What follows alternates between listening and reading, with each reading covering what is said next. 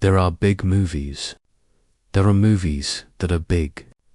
And there are movies that from the first second of the first trailer are a gamble, where you can lose everything.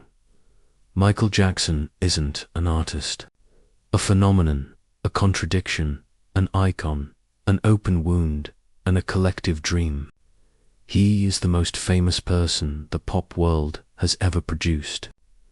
A man whose name, more than 15 years after his death, still divides opinions in a visceral, passionate, and often violent way. To make a film about him is not a cinema project. It is a minefield. And that's precisely why expectations for Michael, the 2026 feature film, are impossible for any film to meet. Before talking about the film itself, it is important to know what was at stake for it to even be made. Producer Graham King, who is also behind Bohemian Rhapsody, spent years trying to get the rights to tell this story. It was not easy. The Michael Jackson estate, the entity that manages the artist's legacy after his death, is among the most powerful and protected in global entertainment. If you get their approval, you get access to the musical catalogue, the images, the official history. But it also means something critics figured out pretty fast. You don't go against the grain. You tell the story they buy into. That is the paradox at the core of Michael. The end product. A film directed by Antoine Fuqua, written by John Logan, and starring Michael's real-life nephew, Jaafar Jackson, is a film that has some truly breathtaking moments, a core performance that even the most skeptical will find surprising, and a production that has definitely cost a lot of money and a lot of effort.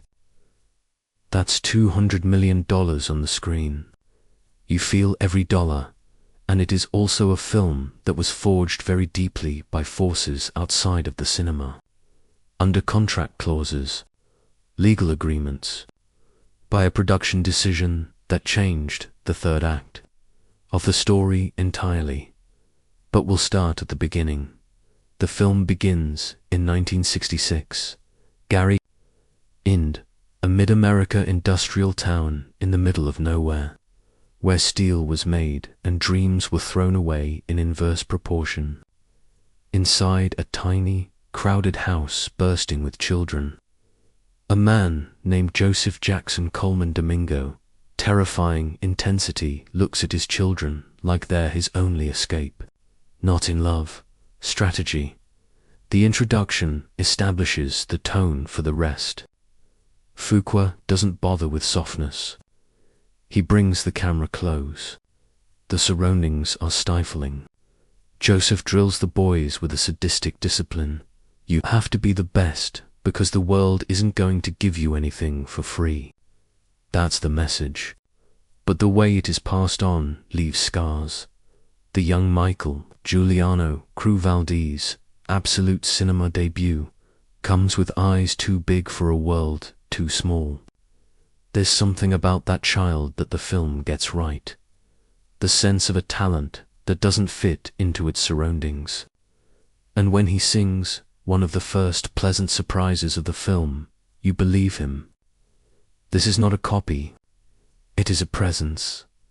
The switch to the adult Michael takes place naturally, organically, and this is where Jaafar Jackson comes in for the first time. And let me say this loud and clear, because this is the most important point of this whole movie. Jaafar Jackson is extraordinary. What he does in his role is not easy to do. This isn't about an actor pretending to be a fictional character. We're talking about a nephew playing his dead uncle in front of fans who know every detail of his movements, his voice, his tics, his idiosyncrasies.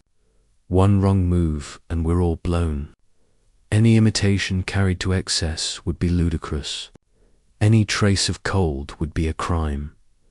Jaafar does not flinch. He does not mimic. He is alive. There is a huge difference between an actor who imitates and an actor who understands. Jaafar clearly spent years not just studying his uncle's movements, but trying to understand the man behind them. The way he walks down the hallway, the way he waits before answering a question, the weakness that appears in the stillness before the artful armor is up. 6 months doesn't teach you that. That's a person's life. Michael's mother and Jaafar's grandmother, Katherine Jackson, has publicly stated that he embodies her son. And looking at the end product on screen, it's hard to disagree. But the film is not only about Fuqua has surrounded himself with a supporting cast that for the most part works efficiently. Colman Domingo as Joseph Jackson deserves a separate conversation, and we will have that detailed conversation later. Nia Long as Katherine Jackson brings a quiet dignity that the film sometimes undersells. Miles Teller plays lawyer John Branca in a smaller role than expected, but he does a good job with what is asked of him. Lorenz Tate as Berry Gordy has a magnetic presence in the few scenes he is in, and the film is visually perfect when it needs to be. Dion Beebe, who has previously worked with Michael Mann and Rob Marshall, creates a palette that runs the gamut from the washed-out ochre of the American heartland in the 60s to the saturated, almost mythic gold of the thriller era. Each phase of Michael's life has a different visual texture. You feel the performance scenes with an energy in your body. Fuqua knows how to direct a spectacle, and it's there. But before proceeding any further, one has to know the magnitude of a behind-the-scenes decision that changed the fortunes. John Logan's first draft was radically different. The film begins in 1993 with Michael looking at his reflection in a mirror as police arrive at Neverland Ranch. The entire third act was about the effects of the sexual abuse, allegations, that tarnished part of his reputation and defined the last years of his life. This was, in the words of Graham King, an attempt to humanize without sanitizing, to tell the most complete and complex story of an artist who was a genius and an enigma at the same time. Then a clause was found, a legal agreement signed with one of Michael's accusers in the 90s. Jordan Chandler had an explicit stipulation. Chandler's name could not appear in any movie. And that clause made the whole third act fall apart. Scenes featuring Derek Luke as Johnny Cochran were cut. The charges were dropped. The script was changed. Reshoots took place in June 2025, costing between $10 million and $50 million, depending on who you ask. The film that went into theaters in April 2026 doesn't end in Neverland. Doesn't end with a 2005 trial. Doesn't end with the lonely death in 2009. Ends with the bad tour in 1988. Michael in the best form, with the hero still living. The final decision, Fuqua said, was to focus on Michael's journey to become a superhero on stage. And there's something really beautiful about that decision. But there is something else that bothers me. Because no superhero is a human being without flaws. He's a poster boy, and there is the tension that will follow Michael from first to last second. There is much to awe at what you see on screen. The recreations of the performances are awe-inspiring. The music, 13 songs from the Jackson 5 catalog and Michael's solo career, provides emotional fuel that the script sometimes couldn't sustain on its own. When Billie Jean begins, when Beat It bursts on screen, when the Motown 25 performance is recreated with a fidelity that's almost supernatural, you surrender.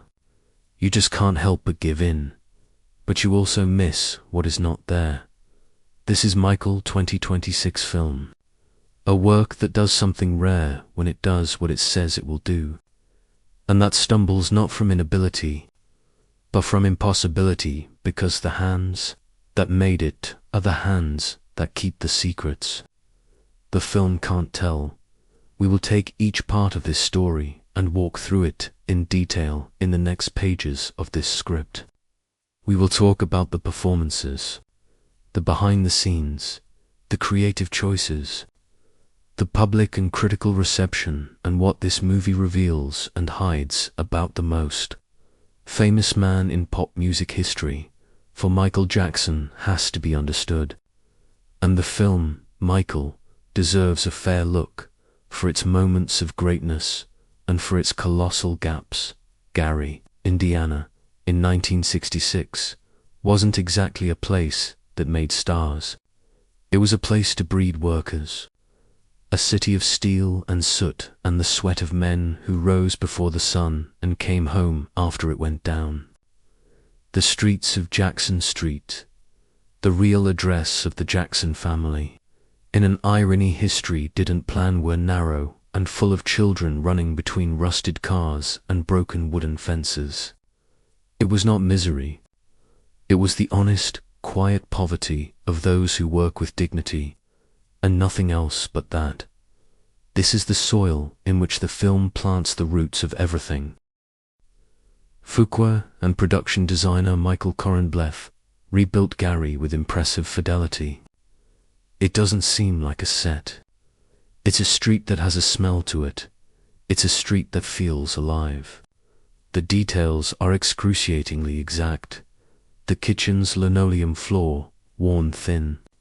The thin walls that let in the noise of the neighbors. The bed Michael shared with his brothers in a room that was large enough for sleeping and nothing else. This is not a decorative environment. It's a character. Because Michael Jackson's childhood doesn't start with glamour.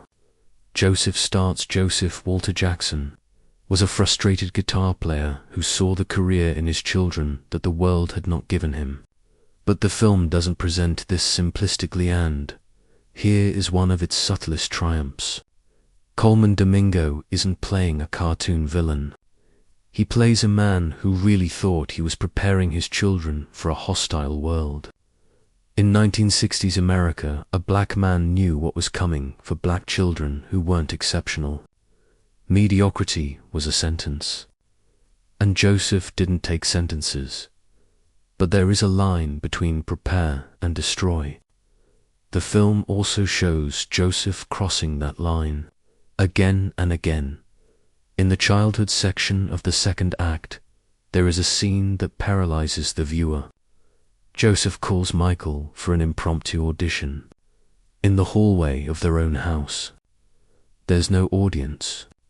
Just father, son, and silence that was tons heavy. Joseph asks if Michael got the choreography right, if the timing is good, if the boy is willing. And young Michael, played by Giuliano Cruvaldi, with a presence that exceeds all possible expectations, gets everything right. Every step, every last note. And Joseph does not say anything, not a compliment, not even a nod, not a look of approbation, just the silence of a man who knows that praise breeds comfort, and comfort is the enemy of perfection. It was fear, not love, that drove Joseph Jackson, and that scene tells you more about the adult Michael. The chronic insecurity he carried his whole life, the compulsive need to prove he was good enough, than any dialogue ever could. This is the sort of scene that a sanitized movie would normally cut away from. And it did. And it's better for that. The Jackson 5 formation is given the energy and rhythm. Fuqua obviously knew what he was doing with the performance footage.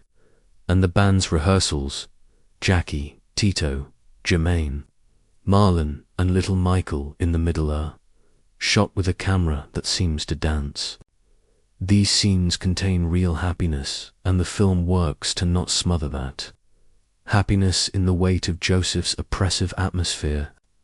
The children were in raptures with the music. That's clear.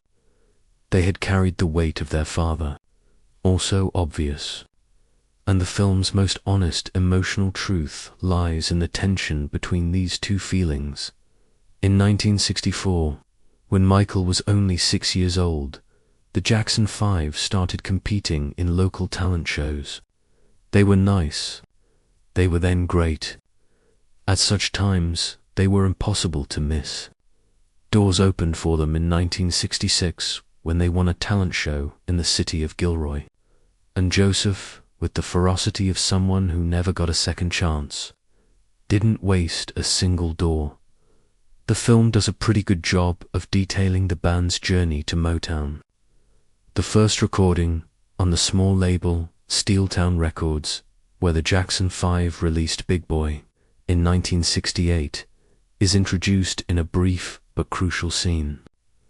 As Joseph pressures the local producer with a combination of charm and intimidation that Colman Domingo plays with almost theatrical relish. But the real turning point is the arrival in Detroit. Getting to Motown, the film opens with Lorraine Tate's Berry Gordy, a force of nature who storms into the film with a magnetic presence that steals every scene. Tate has something few actors have. He makes you feel the importance of the person he is playing before he even says a word. There's a bearing, a powerful stillness, that tells you everything about who Berry Gordy was to American black music in the 60s. He was more than a producer. He was legendary. Berry Gordy's audition for the Jackson 5 is recreated in fascinating detail. What really impressed Gordy, according to the historical accounts the film draws from, was not just the group's musical ability. It was Michael, in particular. The way the boy carried his body. The way he listened to the music, not with his ears, but with his whole body. It was like the music had gotten into him and he'd been changed into motion before he'd even thought about it. It's an animal instinct, Gordy called it. And young Giuliano Cruvaldi makes the viewer know exactly what Gordy was talking about. The signing with Motown in 1969 is treated with the gravity it deserves. But Fuqua is too smart to let this be an easy win. Joseph signs the contract with a sword-feeling pen. He got what he was asking for. But the price, the control over his children, the clause that gave Motown near total power over Jackson 5's image and output, is shown in subtle ways. Joseph and Gordy exchange a look that says, "You know what you're selling, and I know what I'm buying." Michael is 11 years old, standing in the corner of the room at this signing. He sees his father sign his name. He sees Gordy smile, and he says not a word. He only watches, the image of the boy watching adults decide. His future without consulting him is a recurring one in this first part of the film. And that's by design. Fuqua and Logan make a Michael who was brought up from childhood to be extraordinary on stage, and invisible off it. To act when asked, to stay silent when it was not convenient, to live for others so completely that there was no room left for himself. It's the seed of everything that is to come. The Motown years in LA, the family move to Encino. The new house, the new life. The narrative gets the compression it needs. The film doesn't attempt to cover every release, every tour, every minor controversy. It picks the moments that are relevant to the emotional arc of Michael, and that discipline is one of the triumphs of John Logan's script. When you've got a story that has so many extraordinary events happening outside, the temptation is to list them. Most of the time, Logan resists this temptation. What's most vivid about the Motown period is Michael's relationship with the camera. Not the movie camera, the TV camera. The appearances on The Ed Sullivan Show, on variety shows, in live interviews where the 12-year-old boy answered adults with a maturity that seemed to be surgically implanted. That Michael the world knew was articulate, charismatic, graceful. The Michael of the film is a boy, who is, before these appearances, shown backstage taking a deep breath before he goes on, puts on his mask and then walks out transformed. And when the camera was gone, he pocketed the mask again.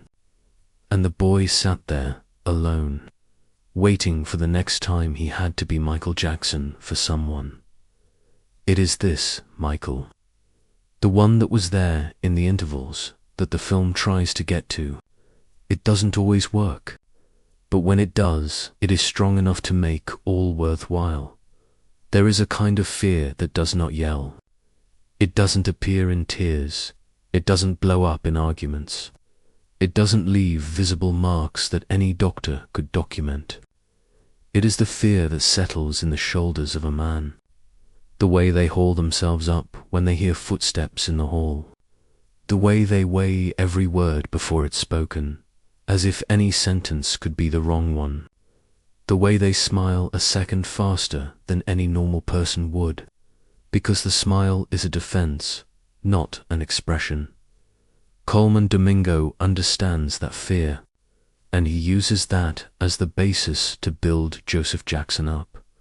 Domingo's performance is the film's strongest argument, along with Jaafar Jackson's, and it is also the bravest, because Joseph Jackson is a part that screams excess.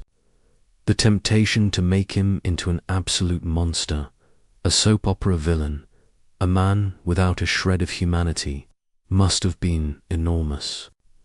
It'd be easier. That would be better. The audience would know exactly how to feel, exactly who to despise. Domingo will not go that way. What he gives us is something more disturbing, more truthful, and far more cinematically interesting. A man who loved his children in his own way. That couldn't be undone, in a way.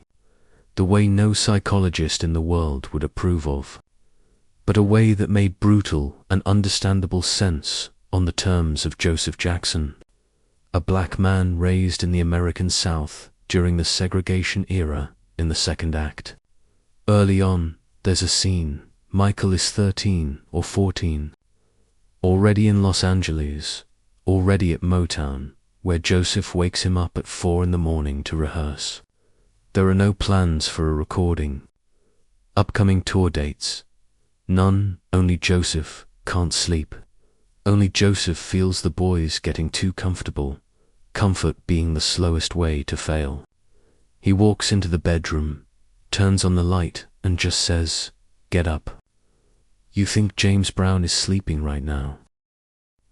In this scene, Fuqua's camera lingers on Michael's face, not on Joseph's countenance, and the young actor Giuliano Cruvaldi, who is, again, making his absolute debut in cinema, does something extraordinary.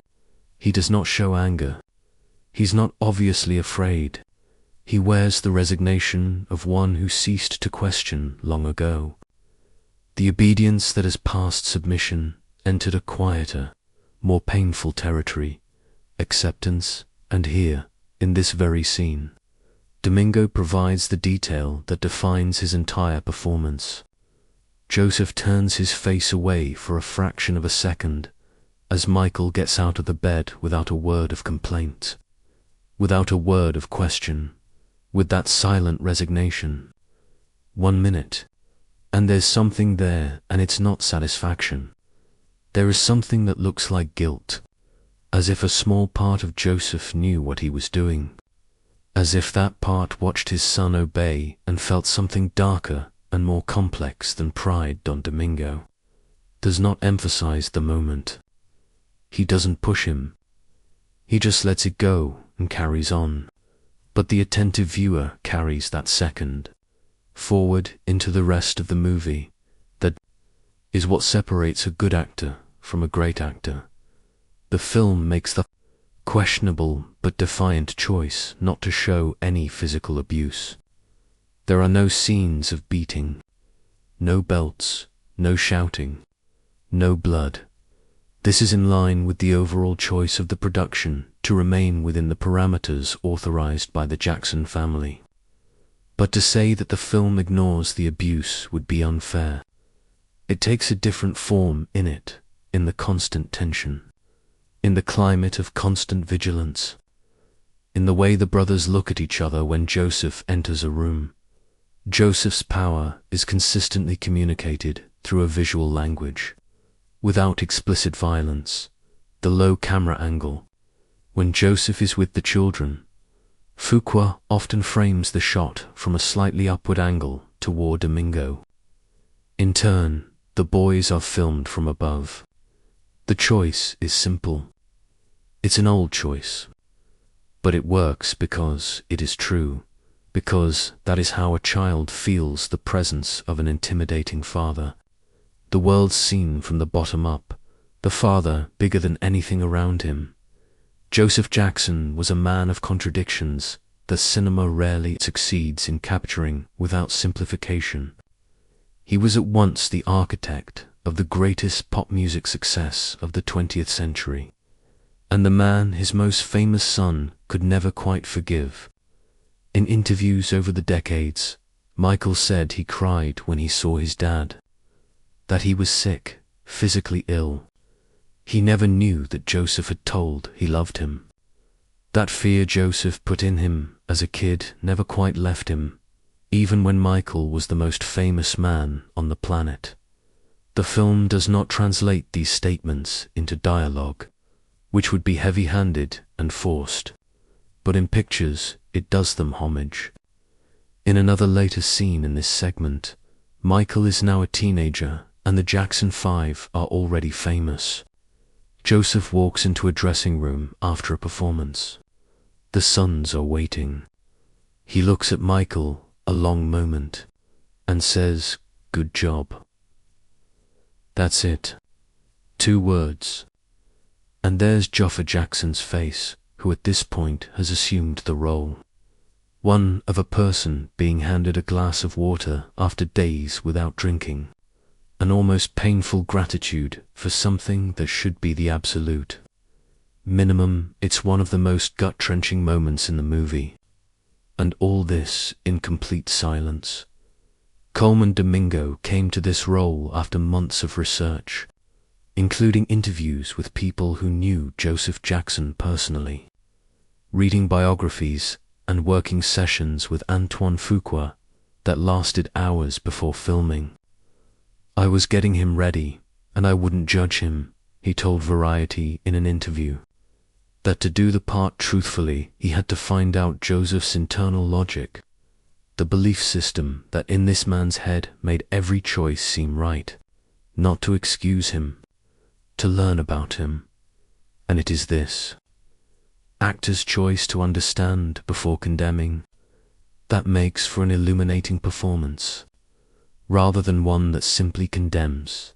There's a scene that many critics referred to as Domingo's absolute summit in the film, and it takes place at a family dinner in Unseen.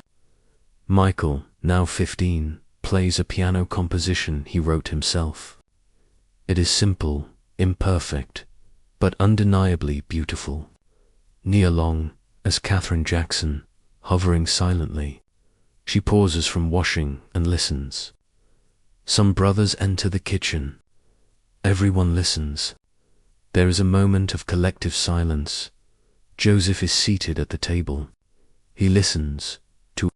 His face is unreadable, and it is unreadable on purpose, because Domingo does not choose for you what Joseph is feeling. You project. You read it. Every viewer will read it differently. Then Michael stops playing. He looks at his dad.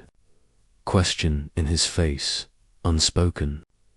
"Did you enjoy it?" Joseph glances at the newspaper on the table, opens it, and he starts reading. Michael gets up, closes the piano, and walks out of the room. Joseph, Michael exits. The camera holds on Joseph for 3 seconds. 3 seconds of Colman Domingo merely existing in the frame with the newspaper in front of his face. And then, so fast you'll want to rewind to check you actually saw it, a tiny twitch in the muscles of the hand holding the paper. A squish, extremely short, instantly controlled. Domingo said that after the film came out, at that moment he decided Joseph had heard every note, that he had liked it, that he didn't say anything because he didn't know what to say, because nobody told him, because it's not easy to break the cycle. That is not in the play.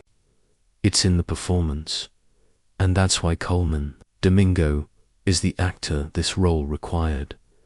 In a movie about excess, about a father who crosses the line of acceptable, about a son who crosses the line of what is humanly possible on stage, about a family that crosses every common definition of success and dysfunction at once, Katherine Jackson is the restraint. She's the stillness at the center of all that whirls, but doesn't unravel. Nia Long gets this from her very first scene. Katherine Esther Jackson was born in Alabama and grew up poor. As a child, she contracted polio and had a slight limp for the rest of her life, a fact the film treats with discretion and respect. She was, by all accounts of those who knew her, a woman of rock-solid faith, extraordinary patience, and a quiet strength that did not proclaim itself, but that everyone around her felt. She was the Jehovah's Witness, taking her children to service while Joseph took them to the studio. The woman who achieved the impossible, honoring her husband and protecting her children, knowing those two goals were often at odds. It's a part that can become a caricature in the wrong hands. The mother so long suffering, or the woman who bears. The script's passive symbol of motherly love is used as emotional counterweight. When Joseph goes too far, Domingo rejected the simplified villain just as strongly as Nia Long rejects this caricature. What Long gives Katherine is a quality few scripts afford this type of character, awareness. Katherine knows what is going on. She isn't naive. She is not looking away because she does not see. She turns her gaze away because the other option to face Joseph straight on, to leave the system they built together, to take the children away from everything that got them there, is a chasm of which she doesn't know that she could protect them from, and it is in this painful consciousness that Long finds depth in the character. The film opens with a scene early in the second act, when the Jackson 5 are already in Los Angeles and the Motown machine is running at full throttle. Katherine is in the kitchen, which is a deliberate mise-en-scène choice we will discuss in detail later, and Michael walks in with a bruised arm. It's nothing serious. Active kids get bruises like this all the time. But the way Michael walks in, the way he guards his arm, the way he watches the expression on his mother's face before he says anything, all of this says something that isn't about the physical injury. Katherine cleaned the wound. She doesn't inquire as to what happened. And it is this silence that Long carries with surgical precision, the silence of a woman who knows the answer to the question she didn't ask, and who decided, in that precise moment, that asking the question would be worse than not asking it. She cleaned Michael's arm. Her hand squeezes his son's a fraction of a second too long, and then says, "Go wash your hands for dinner." Long says this with a tenderness that is weighty, a guilt-bearing tenderness, a tenderness which is both the best she can give at that moment and a symbol of all that she cannot give. The film's most underappreciated, emotional heart is the relationship between Katherine and Michael. The dramatic engine, the relationship between Michael and Joseph, is tense, visible, always in motion. But it's the relationship between Michael and Katherine that explains who he becomes. Michael had inherited his sensitivity from Katherine, the gentleness he had that all who knew him said. He loved children. She had 9, raised them all with some affectionate presence Joseph just didn't know how to give. His faith, Michael drifted away from the Jehovah's Witnesses as a teenager. The instinct to care for others before himself. One of the weak points of the film is the chemistry between Nia Long and Jaafar Jackson, which should have been explored more. The scenes between the two exist. They are good, but they are few.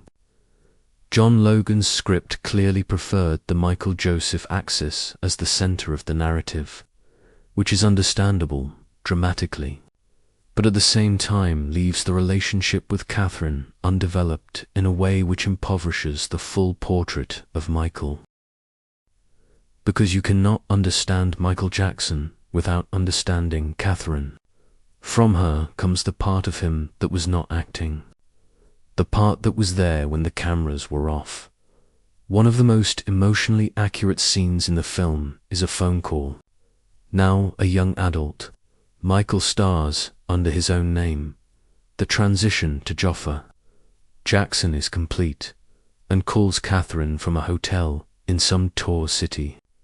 It is dark. He sits alone in his room with the TV off, and he says virtually nothing on the call. "Hello," he says. "How are you?" Here's the answer. Asks about his brothers. Listens. Asks if she's sleeping well. Nothing here but a lot of drama. Nothing revealed. There's no dialogue that a trailer would use. But Jaafar Jackson, carrying the whole scene alone as we only hear Nia Long's voice on the phone, creates something that's hard to name. There is, in that particular scene, an expression on his face that seems to be a mathematical impossibility in its mix of relief and loneliness. The relief of hearing his mother's voice. The isolation of being in a hotel room on the other side of the world. Too famous to go out, too lonely to sleep. In an interview with journalist Martin Bashir, Michael Jackson once said his greatest pain was not having a childhood, that he was raised on a stage, that he came of age surrounded by contracts and cameras and expectations, and that he never had the simple experience of being a child. That real-life statement rings true in every scene of the film that features Katherine. There was no one in Michael's life who wanted nothing from him but to be well, except Katherine. Not the act, not the skill, not the money, just him. And he, in turn, loved his mother with a passion bordering on emotional dependence, which any psychologist would attribute to the natural consequence. For a child who learned very early that a father's love was conditional, and his mother's the only secure source of unconditional affection. Long was cast in the role after a months-long casting process. Fuqua had a few actresses in mind, but after Long's reading, production staff said there was a silence in the room and she was the clear choice. She studied interviews with Katherine Jackson, not the big ones, but the little local ones. The ones Katherine gave to regional television programs in the 70s and 80s, when she wasn't yet the mother of Michael Jackson to the world, but just a mother trying to explain how she raised such talented kids. What struck Long in these interviews was Katherine's humor. She laughed easily with a natural lightness that none of the family biographies quite did justice to, and Long sought to bring that lightness to the performance creating. A Katherine who was not just suffering and sacrifice, but a whole woman, with real joy, with irony, with her own life outside her husband's shadow and her most famous son's brilliance. The film doesn't give Nia Long much space to build this out, but when it does make room, she fills every inch of it with lingering honesty. Katherine Jackson is alive at 95 and did not see the film before it opened. Her family has publicly stated that she approved of Jaafar for the part that she feels he understands. His uncle, in a way no actor outside the family could, and that she hopes the film does justice to the memory of the son she lost. Whether the film does full justice to that memory is a question each viewer will answer differently. But at the very least, Nia Long totally does Katherine justice. And that's no small feat. When Graham King and Antoine Fuqua said they wanted Jaafar Jackson to play the lead, the first reaction from the industry was an uncomfortable silence. Then a question everyone was thinking but few dared to say out loud: is this cinema, or is this nepotism in fancy dress? That is a legitimate question, and it deserves an honest answer. However, he seldom goes by his full name, Jaafar Majestic Jackson. He is the son of Jermaine Jackson, Michael's brother.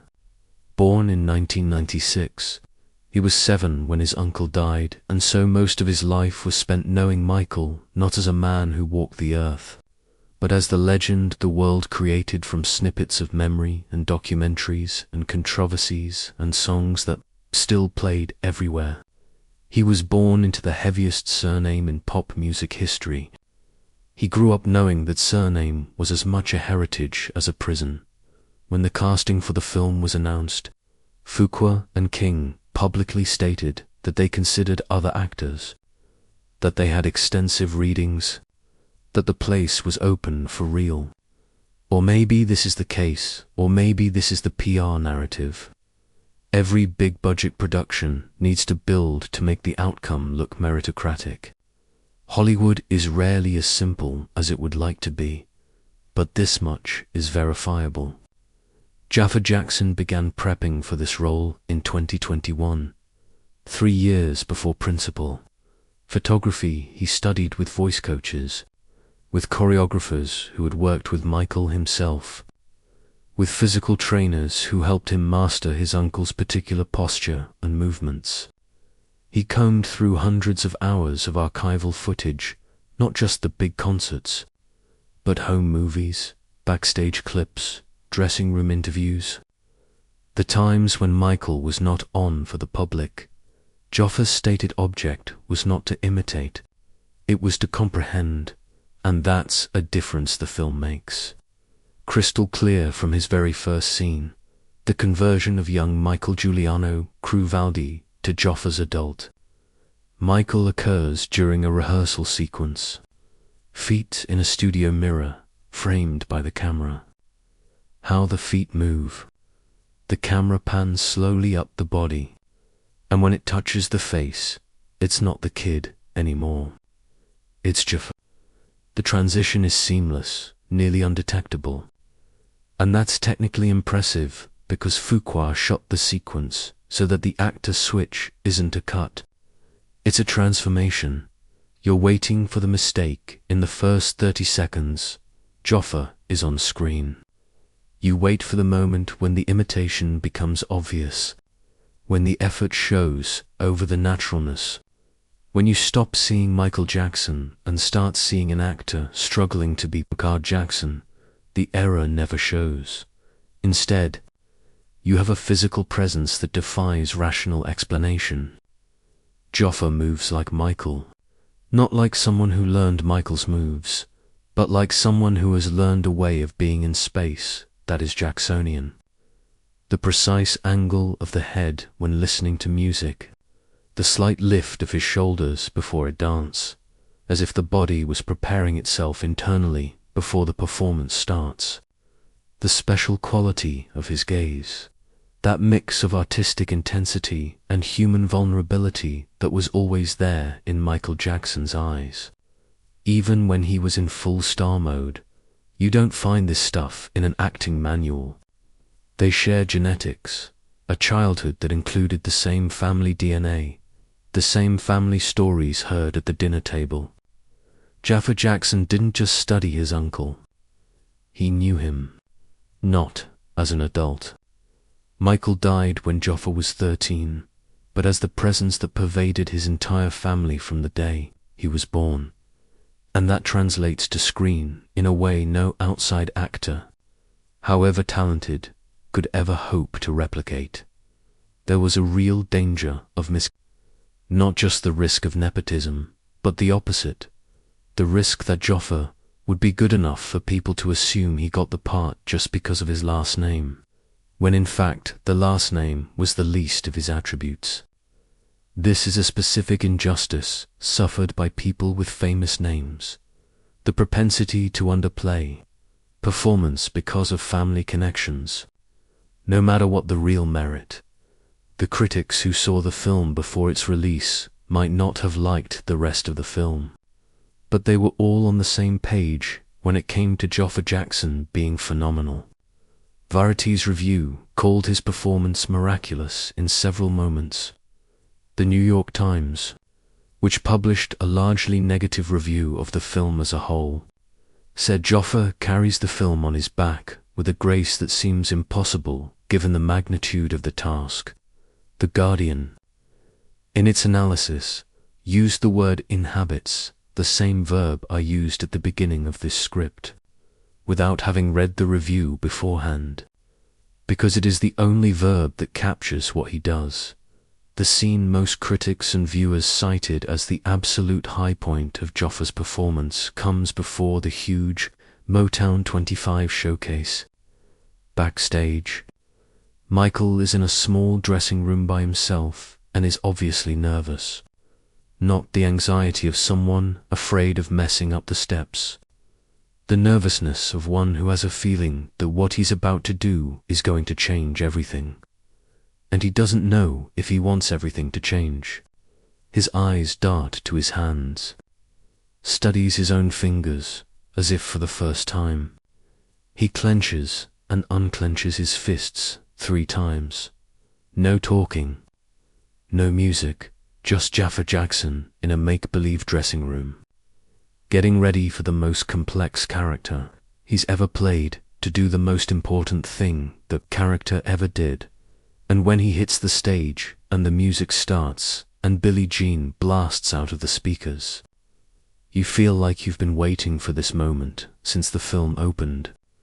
Not because the script technically created it, but because Jaafar built it up emotionally, scene by scene, detail by detail, over more than an hour of film. The moonwalk, however, any fair appraisal of the film must confront the moonwalk directly, because the moonwalk is not just a dance move. It is the most iconic symbol of 20th century pop culture. It is the night Michael Jackson froze time and did something no one had ever seen before in a Los Angeles theater on a March night in 1983. Objectively, this is one of the most dangerous things any film production could ever do. Jaafar doesn't just do the moonwalk.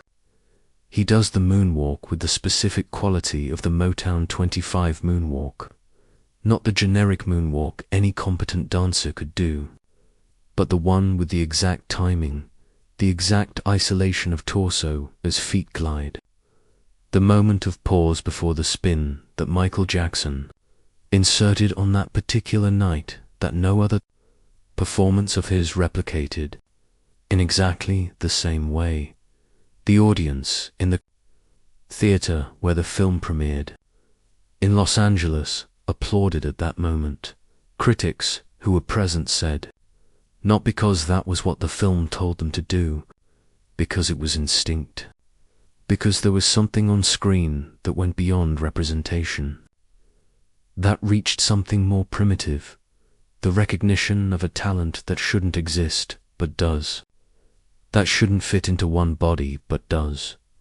In preparation, Jaafar worked with Travis Payne, the creative director who choreographed Michael Jackson's This Is It tour in 2009, the tour that never was, because Michael died before it could happen. Payne knew Michael's moves better than anyone alive. Payne said in promotional interviews that working with Jaafar was the strangest and most natural thing he had done professionally. Strange that it was the nephew. Natural because the movements were done with a fluidity Payne said he'd never seen in any other student. There are critics, particularly those who wrote the most negative reviews of the film in general, who have tried to separate Jaafar's performance from the casting controversy. Said, he is good, but that doesn't change the fact that the movie is a glorified commercial for the Jackson family's legacy. that the brilliant performance serves the marketing project more than the artistic one. It's a criticism that makes sense, but it also ignores some fundamental matter. Cinema, after all, is what appears on the screen. And what you see on screen whenever Jaafar Jackson is in the shot is one of the most unique performances biographical cinema has given us in a decade. Not by chance. Years of work, dedication, and a bond with the character that no standard casting process could have ever delivered. Anywhere else in 2026 cinema, the most dangerous role found the only actor that could play it. In 1975, Michael Jackson was 17 years old and faced a problem that no amount of success could fix. He was a star in a gilded cage. Berry Gordy's Motown was a remarkable contraption. It had made black musicians from dead-end industrial cities into global icons. It had invented a musical language the whole world wanted to hear. It had given the Jackson 5 6 consecutive #1 singles on the American charts, which was just unbelievable in 1969 and 1974, a band of kids from Gary, Indiana. Motown had done it, and it had cost him a lot. The price was control. Motown chose the songs. Motown chose the producers. Motown chose the images, the costumes, the sanctioned interviews, the permitted narratives. Berry Gordy was a business genius who knew a brand had to be managed with surgical precision, and the Jackson 5 were every bit as much a brand as they were a band. 17 and composing, Michael was. He had ideas already about production, arrangements, the kind of music he wanted to make, and Motown systematically didn't want to hear. The tension is well captured in the film. There's a scene in a recording office, probably the best decorated in the world, because Gordy's Motown was the sonic translation of black aspiration in every physical detail, in which Michael pitches a melody he wrote to the producer in charge. The producer is listening, grins, and she says, with that special gentleness of someone who is saying no to you without saying no, "It's good, Michael, but Motown has a direction for you guys." The look on Jaffar's face in this scene is a study in restraint. There is no explosion. There's no confrontation. There's the quiet build-up of a frustration Michael Jackson carried for years. The feeling of having a voice the world loved to hear sing other people's songs, but that could hardly be heard when he had something of his own to say. One of the biggest moments in Michael Jackson's career was leaving Motown and signing with Epic Records in 1975. And the movie handles it with the gravity it deserves. Joseph's Call, he did the New Deal with lawyer Ron Wisner, and it was controversial because it left Jermaine out in the cold. Jermaine had married Berry's daughter, Hazel Gordy, and opted to stay at Motown. It was the first real rift in the family. The first proof that success, when big enough, can change blood loyalties. The film does not flinch from this break.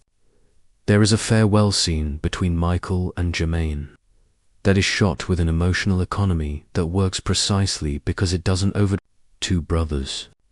One choice, the weight of what is left unspoken.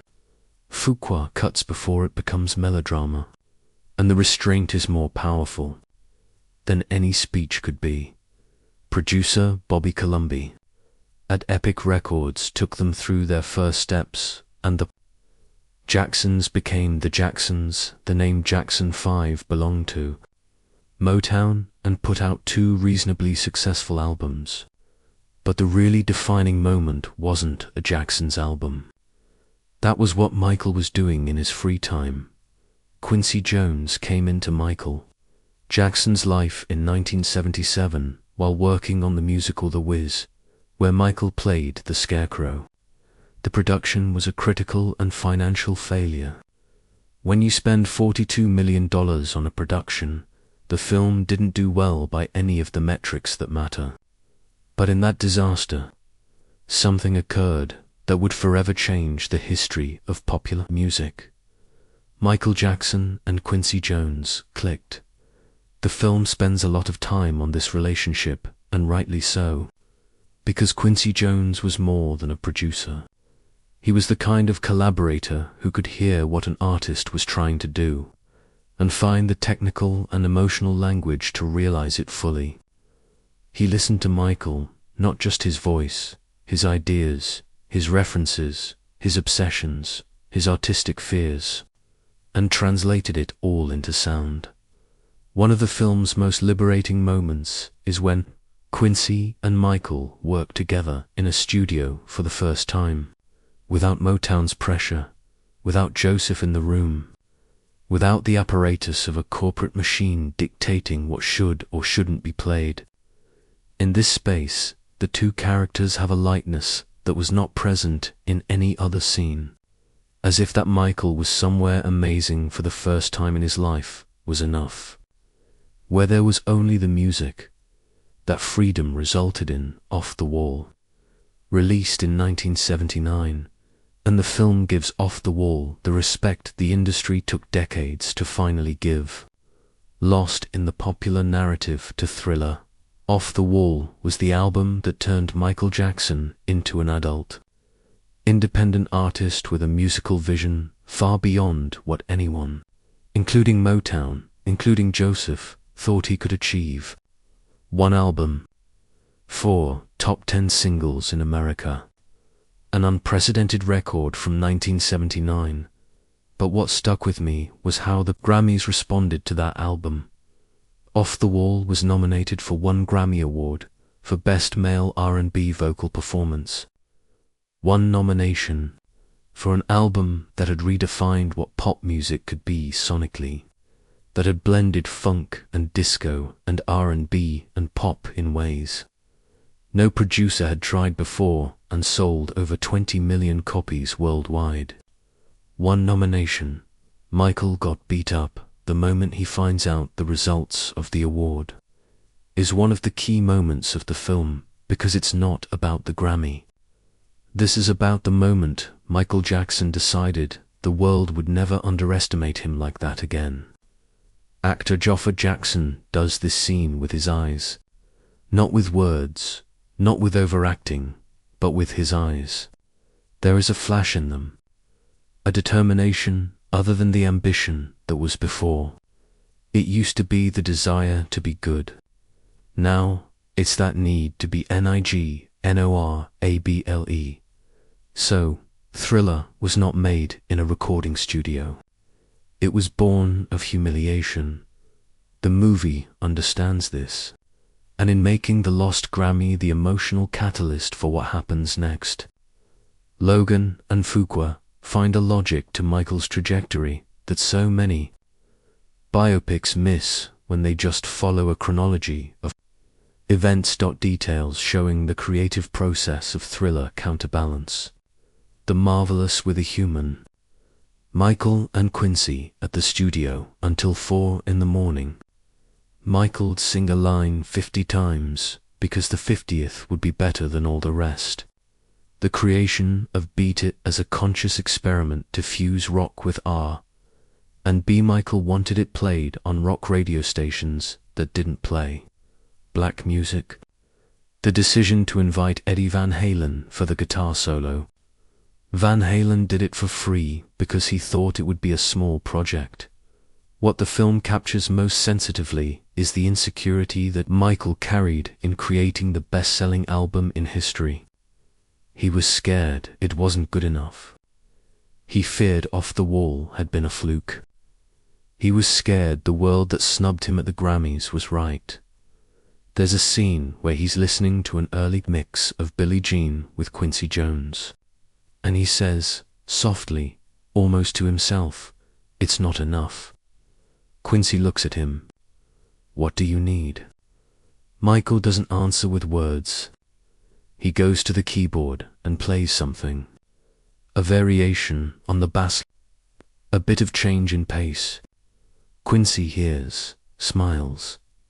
That's all. But it's in a scene like this that the film finds what the best biopics find when they work. The place where extraordinary talent and human vulnerability exist in the exact same space, at the exact same instant, and you know one doesn't exist without the other. That Michael Jackson's greatness wasn't despite his insecurity. It passed through it. Off the Wall set the seed. The Grammys snubbed the plant. And Thriller was the entire forest that sprang from the silent anger of a man who swore he'd never be ignored again. There are moments in pop culture history that serve as watersheds, not because someone wanted them to be, not because a marketing team planned them to be, but because something happened on a stage, on a screen, in a studio, that was too big to be contained. That leaked out of whatever box the world tried to put it in. One of those nights was March 25, 1983, at the Pasadena Civic Auditorium. The show celebrated 25 years of Motown Records. Many artists. The industry knew how to throw a party, and this was a night of glamour and nostalgia. Michael Jackson showed up with his brothers for a Jackson 5 reunion. 4 songs, polite applause, the kind of moment that gets page 2 coverage and then is forgotten. That was the plan. That's not what occurred. Motown 25 gets an entire sequence in the film, and it approaches the subject with the clear awareness that it's recreating one of the most documented and analyzed moments in entertainment history. Every second the performance is in archives. Over 40 years, dancers, historians, critics and fans have been studying every move. There is no room for error, and there is no acceptable alternative. Either the recreation is so faithful that it seems miraculous, or it is self-exposing and destroys everything the film has built up to that point.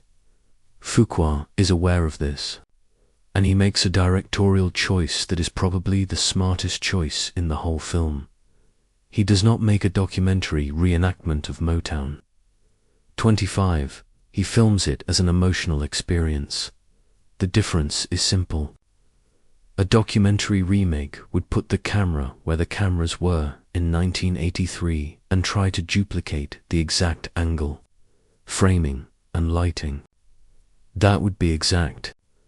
And it would be cold. It would be the kind of thing that goes on a TV special, watched respectfully, but without anything in your chest.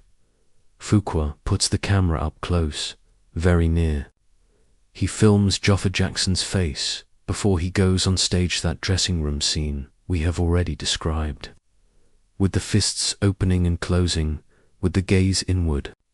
He captures the backstage with a warm, grainy light that makes you feel in a space about to be swept away by history without even knowing it. And when Michael walks out on stage and the Pasadena lights find him, the camera does something unexpected. It goes to the audience.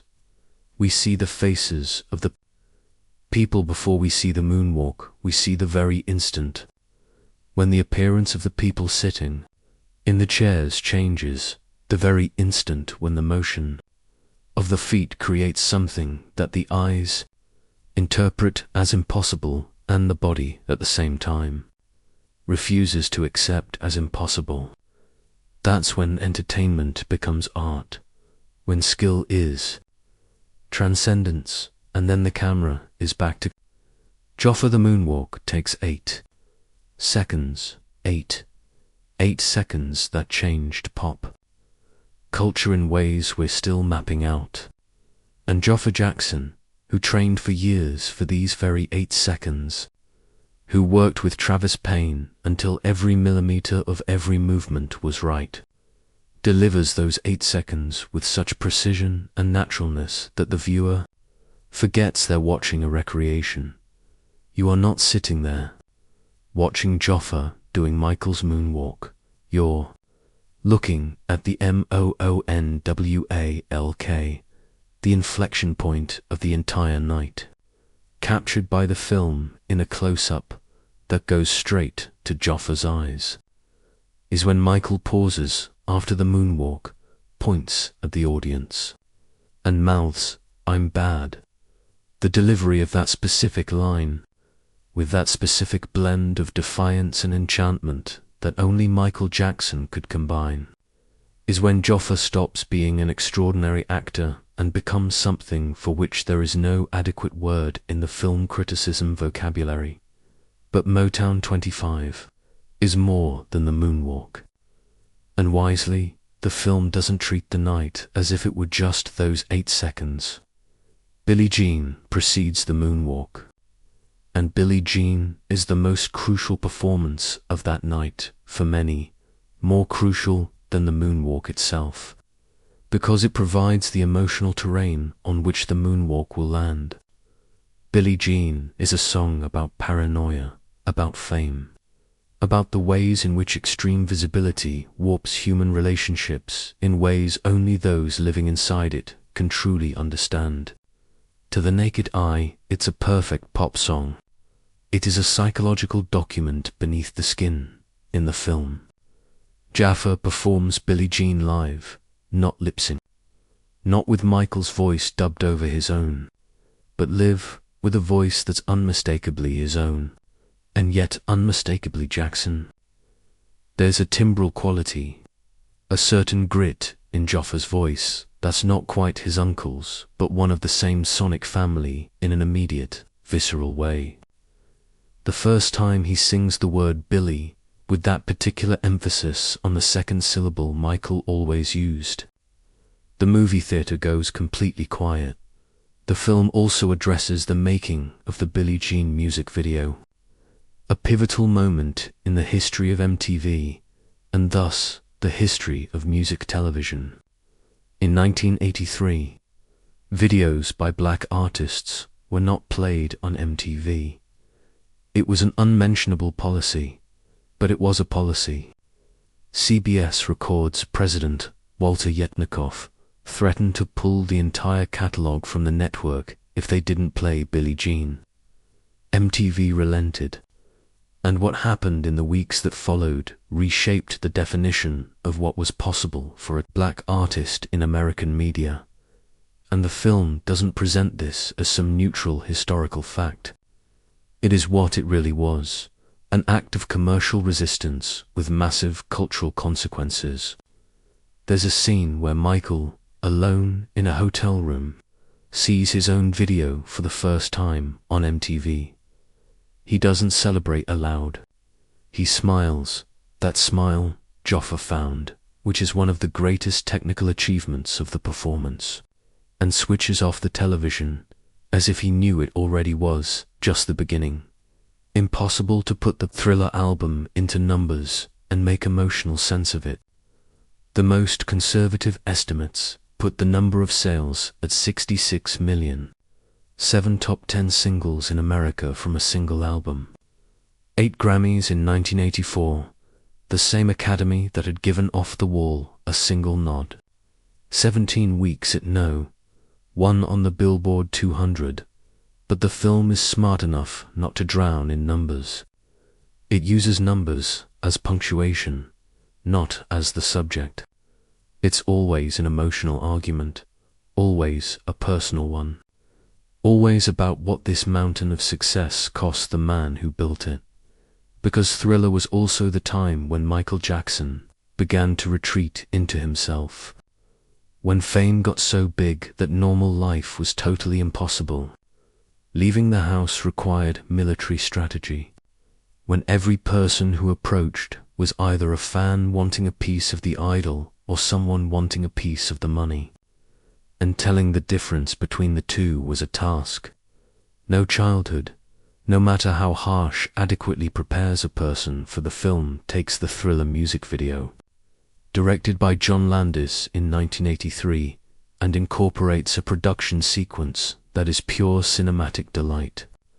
The shoots in LA, Michael in zombie makeup, the choreography that took weeks to get 40 bodies in sync in a number that lasted 14 minutes.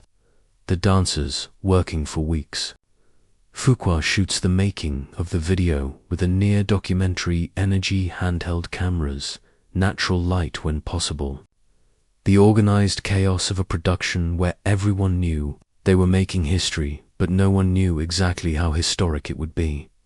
And there is a moment during the video shoot where, surprisingly, is one of the most intimate in the film. A behind-the-scenes look. Michael in a director's chair, eating a sandwich between takes. Not complete zombie makeup, just part way, because the next take isn't for another 40 minutes. And one of the dancers is walking by, stops, looks at that ridiculous figure, the most famous man in the world, eating a sandwich with half his face painted like a corpse, and laughs. Michael laughs, to Dot, and for a second, in that laugh, Jaafar Jackson gives us something that goes beyond any technique, the real person behind the performance. Inside the global icon, the boy from Gary, Indiana. The humanness that never quite left him.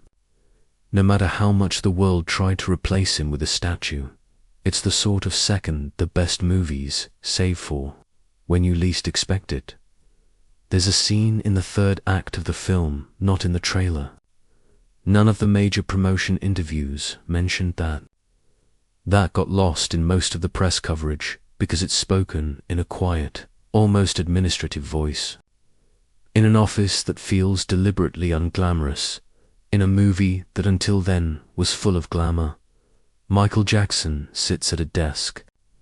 John Branca across from him, and Michael has a piece of paper, letter, and says with a calm that is more disturbing than any outburst of emotion could be, "Send this to him." The letter is Joseph Jackson firing him as his manager. Faxed, one of the casting choices the film never fully explains is Miles Teller as John Branca, and it works precisely because of that. Branca was, and is, as he continues to co-manage the Michael Jackson estate today, one of the most powerful entertainment lawyers in the American industry, a man who knew contracts like Michael knew music. It was a language with its own internal rules, and if you learned those rules well enough, you had a power most people didn't even know existed. Teller's work here is Branca performed with an elegant restraint that is the opposite of the energy he brought to earlier roles in many ways. There's none of the physical nervousness you saw in Whiplash. What there is, instead, is a calculated stillness. The stillness of a man who learned that the most important negotiations take place in the silences between the words, not in the words themselves. Michael and Branca's relationship is one of the richest narrative axes the film chose to explore, and Logan succeeds by not reducing it to hero and villain. Branca was not a friend. He was my friend. The movie knows that difference. There's a fundamental difference between those two things. A friend is there for you because they care about you. A friend remains with you as your interests align. And when the interests don't match, as in 1989 when Michael fired Branca the first time, a move the entire industry thought was suicidal, the ally disappears. But before the shooting, there is the building. And the building is interesting. Branca was the architect of some of the most brilliant business decisions in pop music history.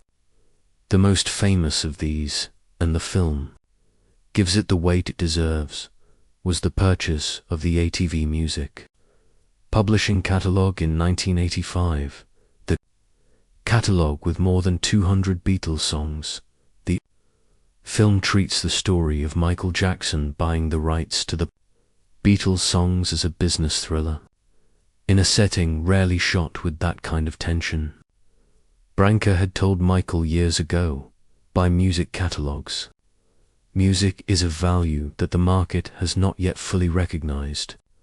Publishing rights are the safest asset in the entertainment industry because, unlike an artist, a song doesn't age, doesn't have breakdowns, doesn't get divorced, doesn't make controversial statements to the press. Michael listened.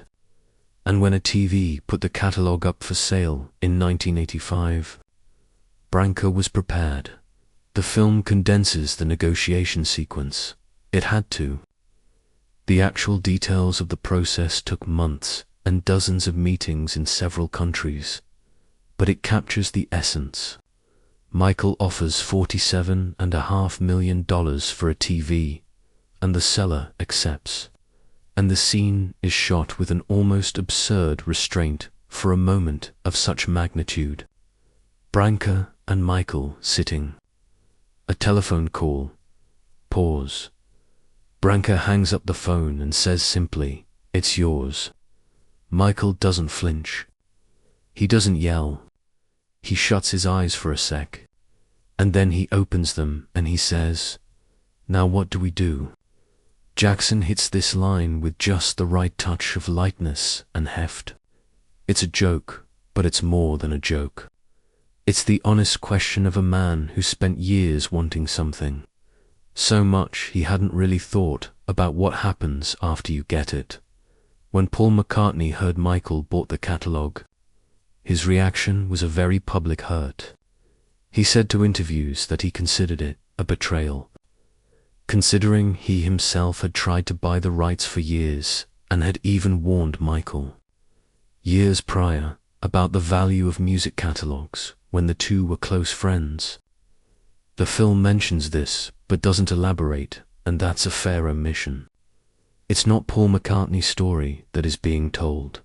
When Joseph is fired through fax, that's the cathartic moment for the average viewer, and the film knows this. The camera remains on Michael's face while he dictates the contents of the letter to Branca. And Jaafar plays this moment not triumphantly but with a particular sadness.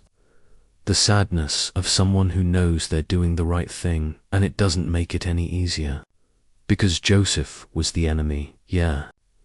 But he was also his father. And as much as adult Michael had erected an elaborate psychological armor around what Joseph stood for, no armor is so perfect that nothing gets through. The fax is mild. And Michael gets up, goes to the window, and looks out at LA standing there, back to Branca. What he sees out the window doesn't matter. What matters is what Jaafar says with his back. Finally, the tension of the decision is released, and his shoulders slump a little. A longer, slower breath, as though a pressure that had been there so long it had become part of his anatomy had at last lifted, and his body didn't quite know what to do with the space it left. It's a 30-second scene. It's one of the best scenes in the film. The film is honest about the creative paralysis extreme fame imposes in the post-Thriller period, the gap between the best-selling album in history and Bad, which took 5 years to arrive. How do you beat Thriller? And that's not a rhetorical question. It is existential. Any answer Michael came up with would be lacking in a market that had set the bar impossibly high for any human being to hit twice. Branca was critical at this time, because he knew the problem was not musical. It was strategic. It wasn't a question of whether Michael could make an album as good as Thriller. The question was how to position it so that the world would receive the next work with the right expectations, the right context, the right timing, the partnership with Steven Spielberg for Captain EO, the 17-minute short film that played at Disney parks in 1986, makes its way into the film as proof of Branca's strategic thinking, and how Michael used every project to expand what was possible for a pop artist. Captain EO was not a music video. It was a 3D theme park experience. Michael Jackson was making the Family Entertainment Center his own personal show. Another land to colonize.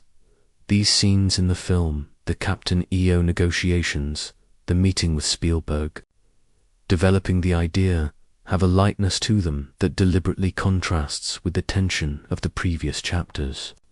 It's as if Michael, free of Joseph for a time, installed in a transition phase between two giant albums for a time, experienced a form of lightness he'd never known.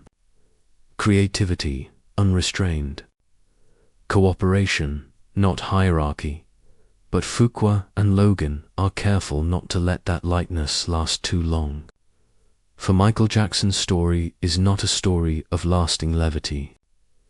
It is a story of windows, of moments of light between the floors of a building, slowly, persistently squeezed by forces he could hardly name, and the next pressure was already coming up, in the form of a flame, on a commercial set, from an accident that no insurance could really pay for. But that's what's coming. It was the 27th of January, 1984, a movie at Los Angeles Shrine Auditorium. Michael Jackson was shooting the Pepsi commercial that had become, at that moment, the most expensive endorsement contract in American advertising history, $5 million at a time when that number could stop a conversation. Director Bob Giraldi had staged an elaborate production. Michael would descend a staircase with pyrotechnic fireworks, perform a modified Billie Jean, with lyrics written to endorse the soda, and the whole scene would be filmed and scheduled to air during the Super Bowl halftime. In the logic of the advertising industry in 1984, it was the perfect project. The sixth take of the day was not the best. A pyrotechnic cannon went off early. As Michael Jackson descended the stairs, a spark caught his hair, and it burned. Michael walked down the steps for a few seconds that all who were present described as eternal, the sort of second that obeys horror rather than a clock, unaware that he was on fire. Then somebody screamed.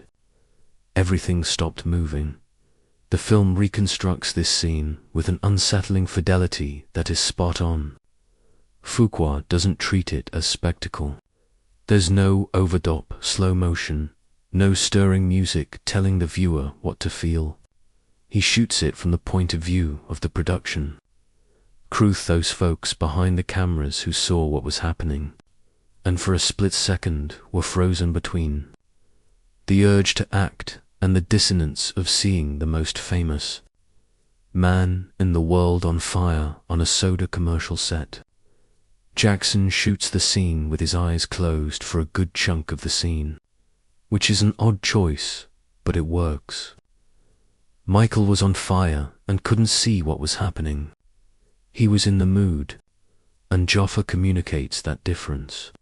The difference between the external reality of the accident and the internal reality of a pain that precedes comprehension, with a bodily precision that's hard to watch without tensing your own body. He was treated at the hospital for 3rd and 2nd degree burns to his scalp. The physical prognosis was quite good. Michael would recover. The damage would be permanent, but manageable. Plastic surgery would repair much of what the fire had done. The settlement with Pepsi was for $1.5 million, all of which Michael donated to establish the Michael Jackson Burn Center at Brotman Memorial Hospital. But what the fire had left that no surgery could mend was something else, more than any other delicate scene. The film delicately deals with Michael Jackson's emergence of dependence on painkillers. And here something must be said about the way in which Logan and Fuqua have chosen to treat this subject. They present it as the direct consequence of real physical pain, not as a character flaw, not as the stereotyped addiction of the artist destroyed by success. Michael Jackson began taking painkillers because he was in pain, because the burns were slow to heal and really, really hurt, because that was what the doctors treating him prescribed to any patient with that level of physical trauma. The film does not show fully what happened next, how this dependency grew, branched out, penetrated in every part of his life, and eventually contributed to his death. Not because it sidesteps the issue, but because the story's timeline ends before the darkest chapters of that story are fully explored. The movie plants the seed, shows first pill with camera too close to be an accident, and then moves on, leaving the viewer with the burden of knowing what happens after the end of the story. It is an honest storytelling decision within the parameters the production set on itself. The Bad Tour of 1987 and 1988, the point where the film chooses to conclude its narrative, is treated as an apotheosis, the culmination of everything Michael Jackson had built since the hallway in Gary, Indiana, where a boy too small for the world around him practiced steps that didn't yet exist for a future that hadn't yet begun. And the album Bad, which preceded the tour, is presented by the film with a complexity that does justice to what it was. Not thriller, never thriller, because nothing would ever be thriller but a work of massive artistic ambition that showed Michael Jackson wasn't willing to be a relic of his own past success. In the making of Bad, there is a studio scene, and it captures something very few biopics ever do. The editing process. Not writing, not recording, but editing that exact moment when an artist listens back to what they've laid down and decides what stays and what goes. Michael and Quincy Jones were huddled over a mixing board, listening to playbacks. With that particular intimacy of two people who have worked together long enough to communicate in halftones, an eyebrow rose, a microscopic nod, a finger sliding down 2 millimeters, a language of music, between two men who had mastered it absolutely. The Bad Tour started in Japan in September 1987 and finished in Los Angeles in January 1989.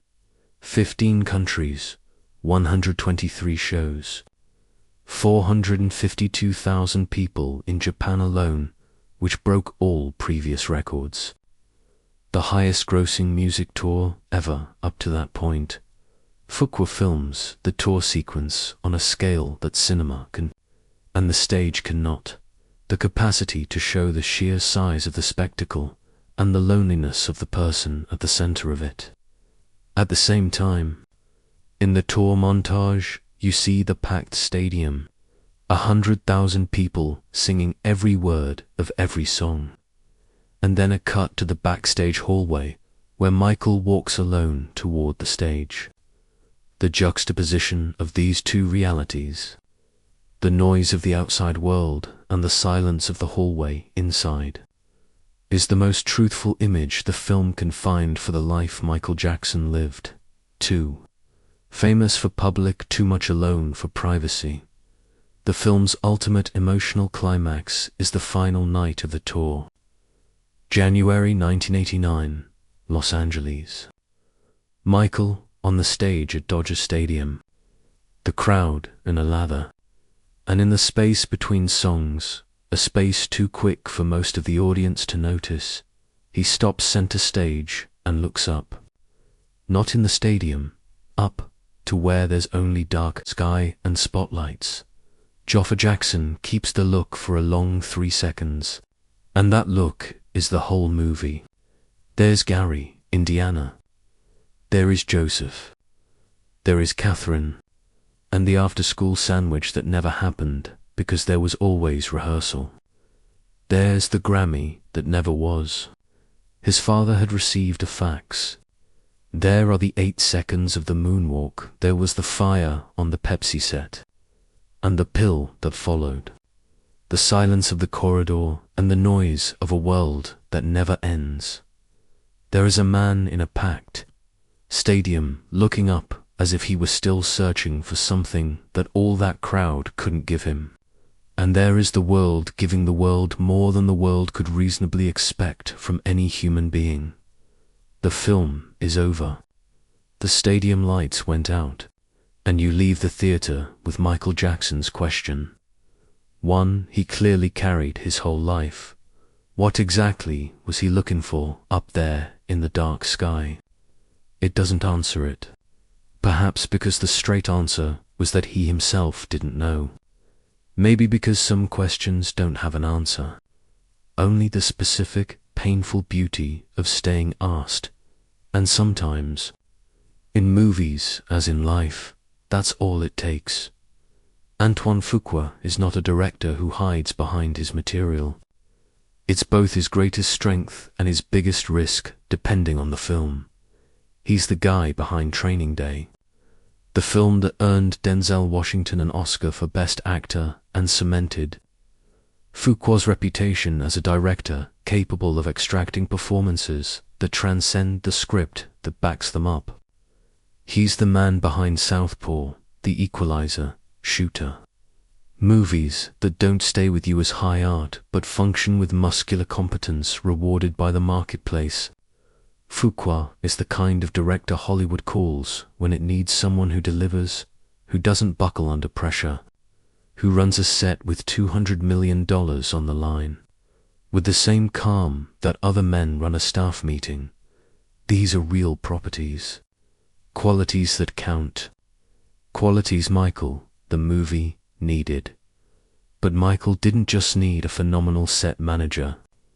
It demanded an artist who had something to say about Michael Jackson, an angle, a vision, an interpretation of the legacy that was original enough to justify the film's existence beyond the obvious commercial argument.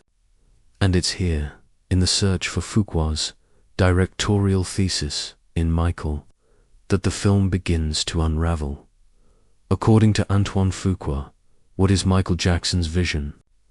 127 minutes of film. And the honest answer is, he was a genius like no other, raised in an impossible environment by a father who loved him in the most destructive way possible. And that genius turned that pain into art that changed the world. That's true. It is also what anybody who has spent 30 minutes Googling Michael Jackson knows already before they buy a ticket. In interviews, Fuqua has said his approach was to get close to the humanity of Michael before the icon. It's a really interesting statement of intent. And there are moments in the film, the dressing room before Motown 25, the sandwich scene during the Thriller shoot, the silent hallway before walking onto the stadium, where that intention is powerfully realized. In those moments, Fuqua finds what he promised, the man under the myth, but these moments exist. And at times, smothered by a spectacular instinct, Fuqua clearly could not, or would not, fully resist. When the film hits the stage, Fuqua makes the transition. Backstage restraint melts away. The camera speeds up. The cuts are quicker. The lights shut off. The music builds. And there's a real electric energy in these sequences. The recreation of Motown 25 is cinematically impressive, as discussed in detail. But this electricity comes at a price. The price is that the spectacle, filmed this way, is more likely to confirm the myth than to question it. It makes Michael Jackson untouchable again, just when the film had managed to make him seem like a human being for a few minutes. That's the core tension of Fuqua's direction on this project. He's too good at shooting grandeur to let it pass when it's there. And with Michael Jackson as the subject, grandeur is always on the horizon. Compare it, for instance, to what Todd Haynes did with Bob Dylan in I'm Not There, film that completely rejected the logic of the standard biopic and, through that rejection, found a truth about Dylan that no linear narrative could contain. Or what Pablo Larraín did with Jackie Kennedy in Jackie, and with Diana Spencer in Spencer films that chose specific, microscopic moments to excavate the psychology of public figures the world thought it already knew thoroughly. Fuqua is not Haynes. He is not Larraín. And Michael is not trying to be I'm Not There or Spencer. In a way, that comparison is unfair. They are projects with different ambitions, different budgets, different target audiences. But the comparison is useful because it sheds light on what Michael might have been under a more radically subjective cameraman. What Fuqua delivers instead is a film that is extraordinarily well produced within the limits of a form he completely masters. The problem is that this form, the big-budget biopic with its three-act structure, clearly signaled emotional arcs and resolutions that come exactly when the script tells us they must, is a form with its own limitations. When applied to a figure as complex as Michael Jackson, some particular choices of direction are startlingly effective. The decision to film the early years in Gary in a desaturated, almost monochromatic palette, and then slowly introduce color as Michael's career takes off, culminating in the saturated golden yellow of the Thriller era, is a coherent and effective visual language. Fuqua's decision to shoot the key emotional moments with extreme close-ups of faces, giving Colman, Domingo, and Nia Long the chance to dominate the frame with their performances without the intrusion of the camera, demonstrates that Fuqua trusts his actors in a way that many large-budget directors, too worried about visual effects and scale, ultimately fail to do, and the decision to not employ narration, to do without the crutch of the voiceover so often used in biopics, is courageous. Michael Jackson does not speak to the camera. He does not explain himself to the audience. The film asks you to read, to interpret, to bring something of yourself to what's on screen. It's a directorial choice that respects the audience's intelligence, and it shouldn't be underestimated. In a milieu where most blockbuster biopics treat the viewer as if they need everything explained twice, work with the cast is uniformly good.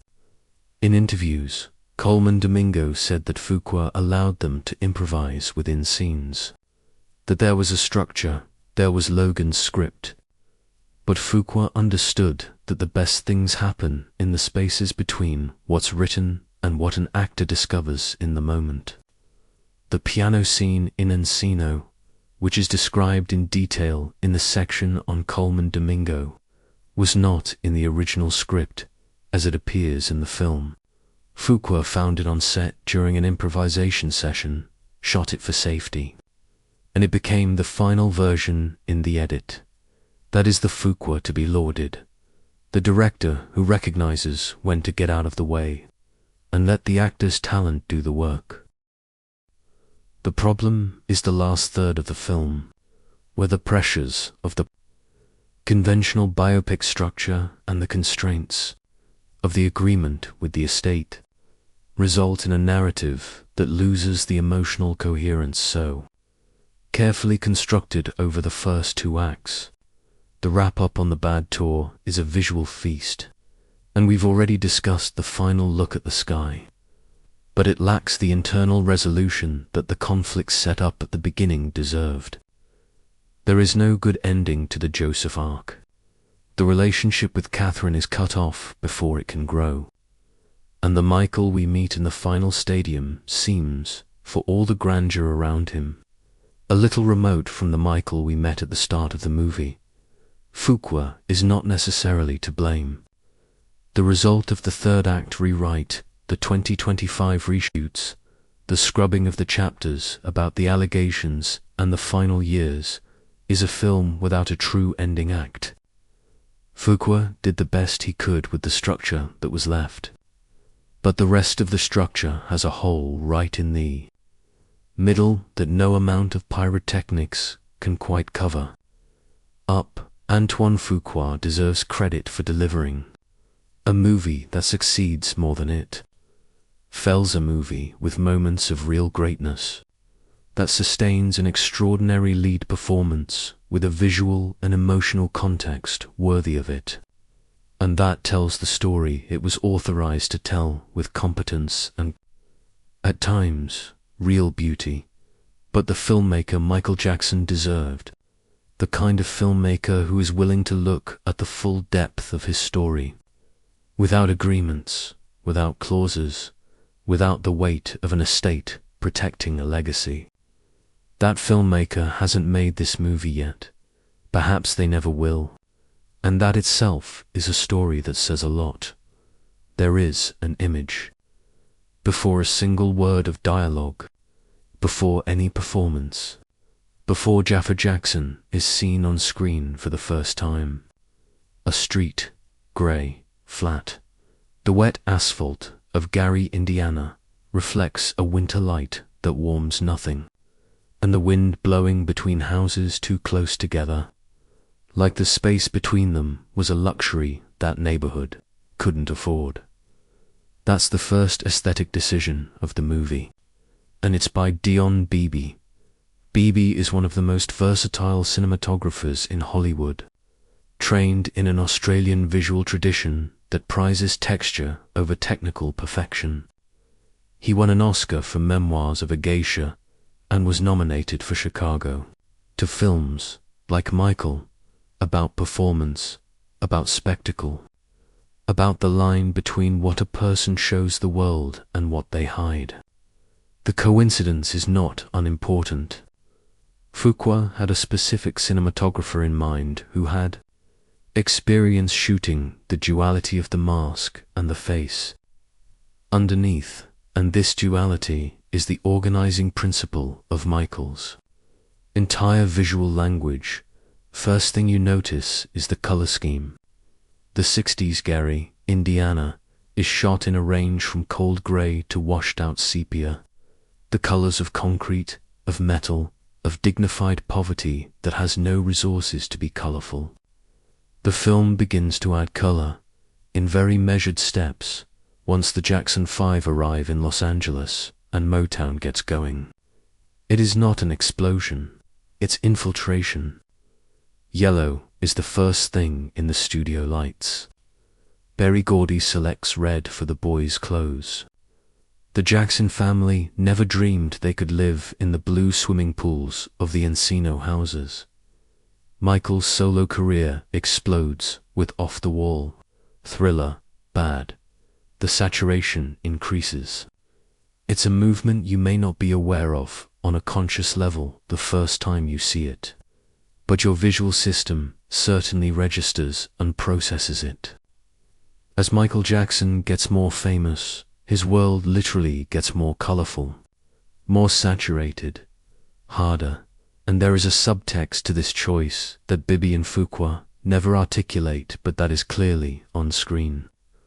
More saturated colors aren't necessarily happier colors. In a world of oversaturation, there is too much saturation.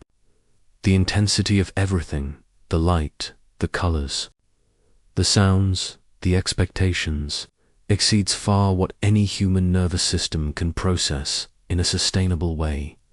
At the height of Thriller, Michael Jackson's world was an aggressive beauty, almost, and Beebe films those crests, just like that, so pretty it makes you ache. There is a particular logic to the wide-shot close-up film which is worth examining.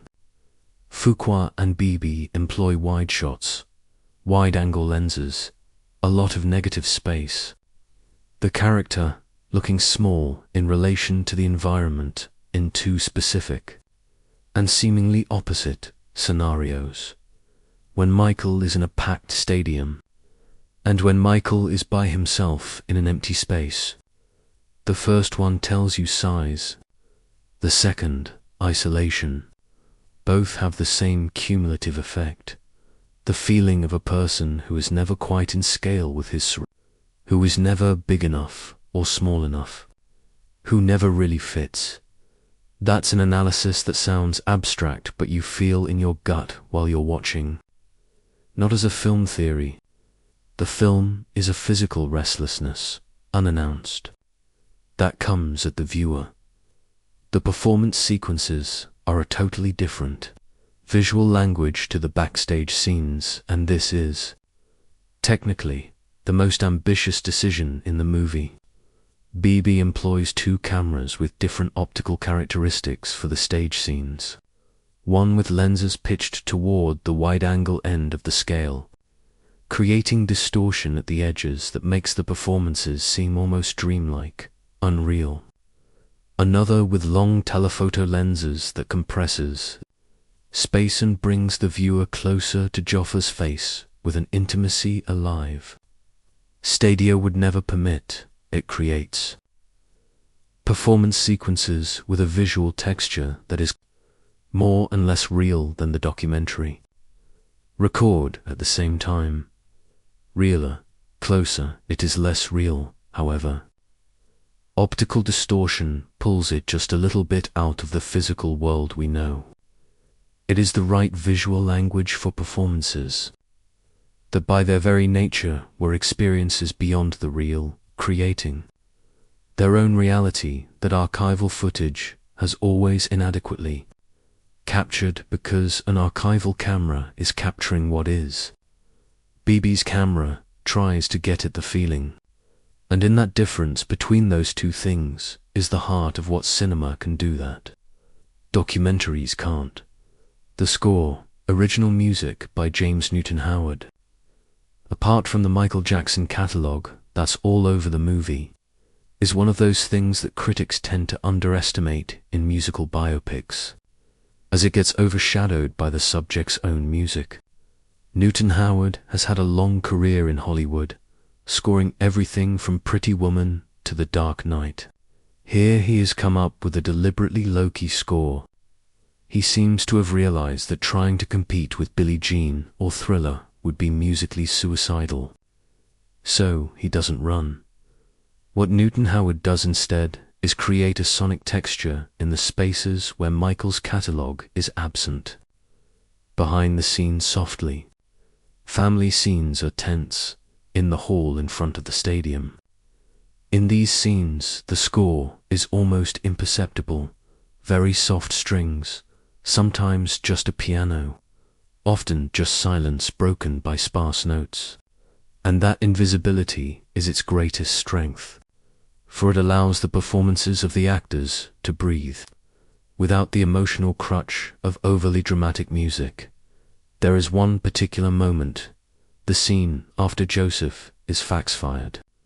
Michael at the window looking out over Los Angeles, when Newton Howard does something that is, in the context of the film, spectacularly brave. He chooses total silence. Not a note, no texture, only the natural sounds of the scene. The light wind through the cracked window, the distant sound of the city. Jaafar's breathing, and that silence is more than any music could ever be.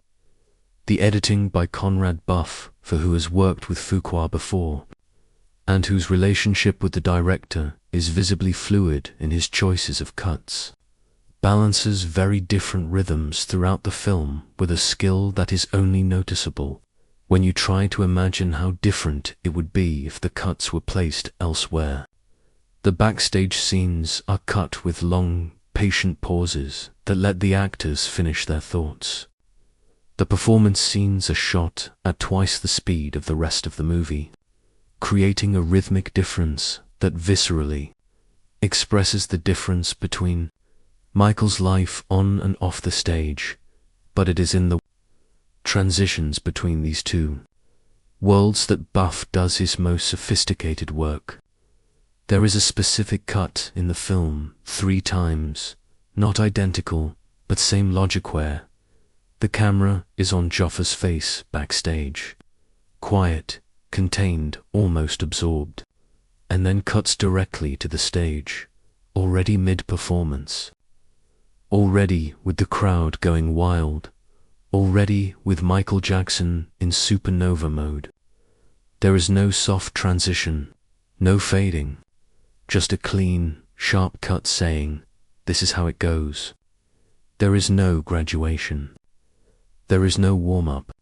There is the switch, and the switch has 2 positions, in, out, it. Is editing as a psychological X-ray. The film makes sparing use of real archival footage with good taste, with historical images sprinkled at certain moments. Fuqua does not validate on any archives. He does not use real photos of Michael Jackson to say to the viewer, "See, it's just like him." He uses the archives for historical context, pictures of Gary, Indiana in the 60s, news reports on the release of Thriller, TV coverage of the Pepsi set fire, pinning the narrative to the real world without breaking the fiction of Jaafar's performance. That's the difference between the intelligent use of archives and the lazy use of archives. And for the most part, Michael is on the right side of that line. Sonically, visually, technically, Michael is a movie that did the work. It didn't spare what it shouldn't have spared. It hired the right people and let them do the right work. And as a result of that, it looks and sounds at the level of quality the subject deserved. What you see and hear is good enough for Michael Jackson. What you don't see is another conversation, and one we're going to have honestly. John Logan is not a writer who takes the easy route. His filmography is a list of projects that beckon him to step into uncomfortable territory: Gladiator, The Aviator, Skyfall, Rango. The musical Sweeney Todd one, requiring him to find the specific dramatic voice that story needs. He doesn't have one recognizable style like some screenwriters do. He has a knack for adapting to the DNA of each project, a talent that is itself a rare commodity. Logan needed a voice that was both intimate and epic for Michael, one that simultaneously told the story of a boy from Gary, Indiana, and the story of the greatest pop culture phenomenon of the 20th century, without one negating the other. A voice that was an emotional document, the 2026 audience, many of whom were born after Michael Jackson's death in 2009, to whom he is history and not memory, could hear with the same depth as those who lived through Thriller in real time. It's a very tough job, and Logan, for most of the script, rises to the occasion. The discipline of selection is where Michael's script shines with rare consistency for a blockbuster biopic. There is an absurd amount of material on Michael Jackson's life, decades of interviews, 5 or 6 relevant biographies, documentaries, testimonies from close associates, the songs themselves as autobiographical documents.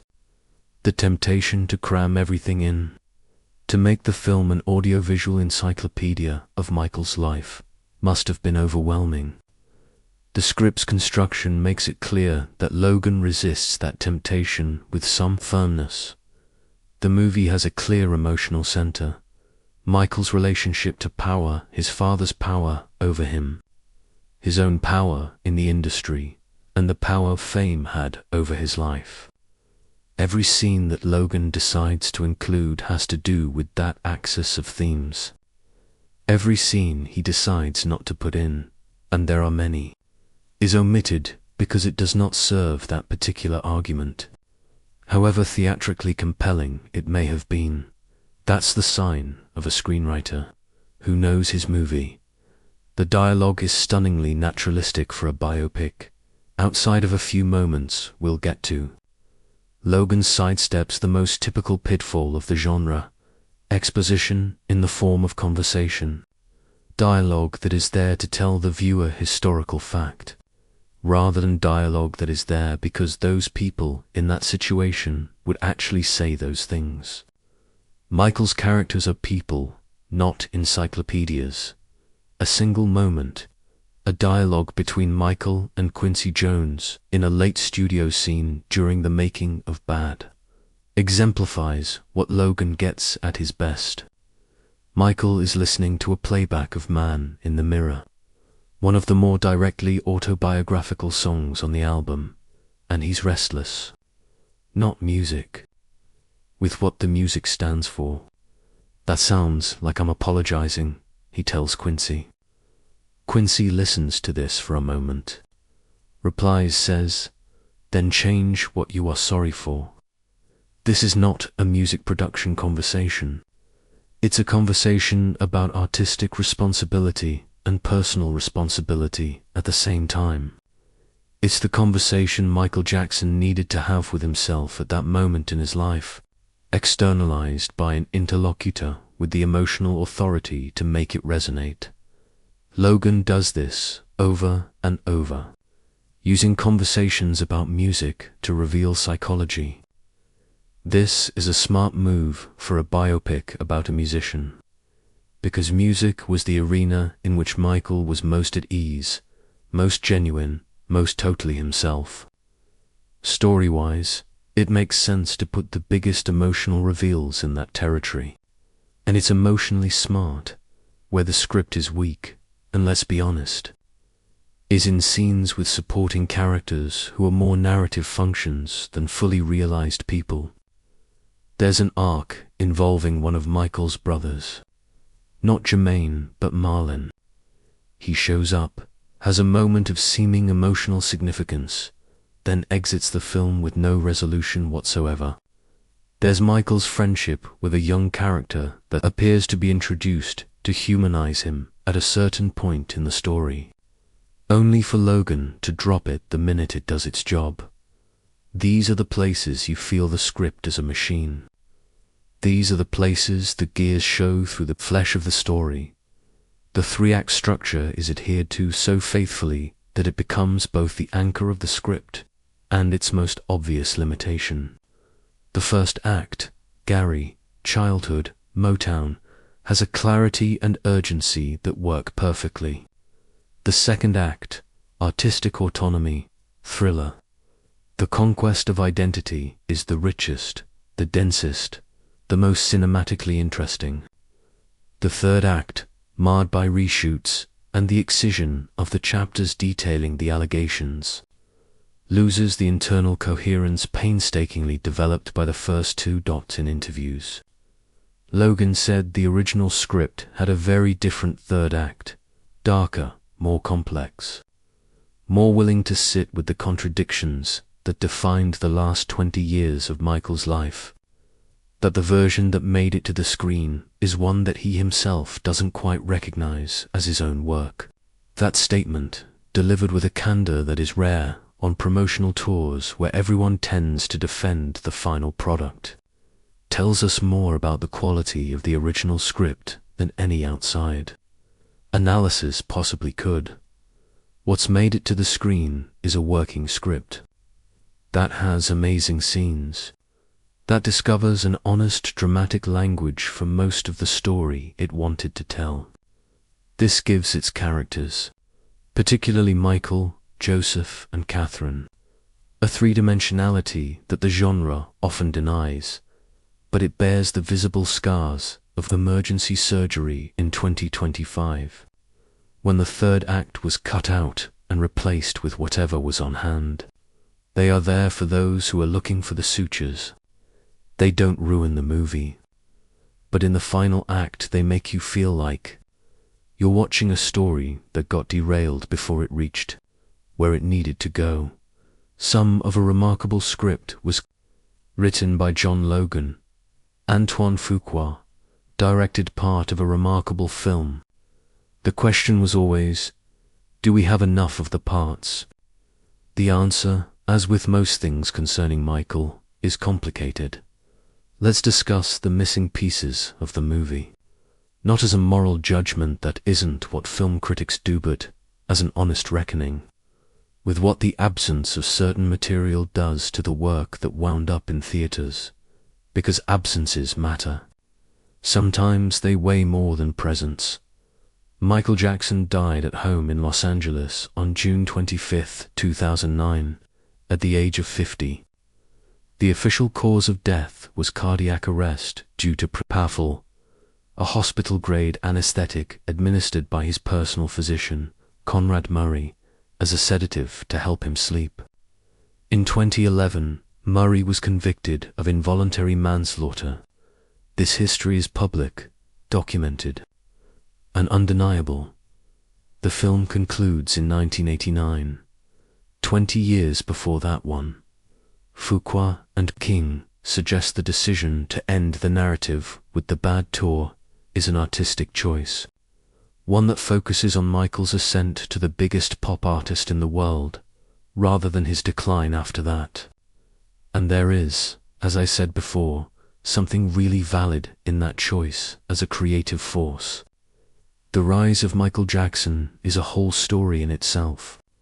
It wouldn't have to be tied to his decline to have cinematic value. But it is not only what was left out that is the problem. That's how what's left out warps and distorts what's left in. The film tells the story of Michael Jackson, but it does not mention the allegations of sexual abuse.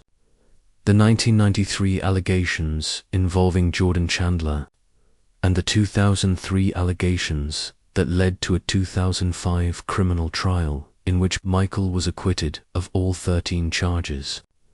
It is telling an incomplete story of a public figure whose life was defined, in the global perception, by the debate around those allegations, not because the charges are the absolute truth, not because the film has to pronounce guilt or innocence, but because the total omission of these allegations creates a portrait that does not correspond to the complex and disputed reality that this man inhabited during the last 20 years of his life.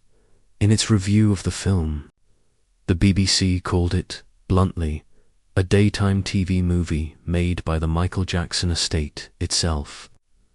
The journalist who wrote that sentence wasn't being mean.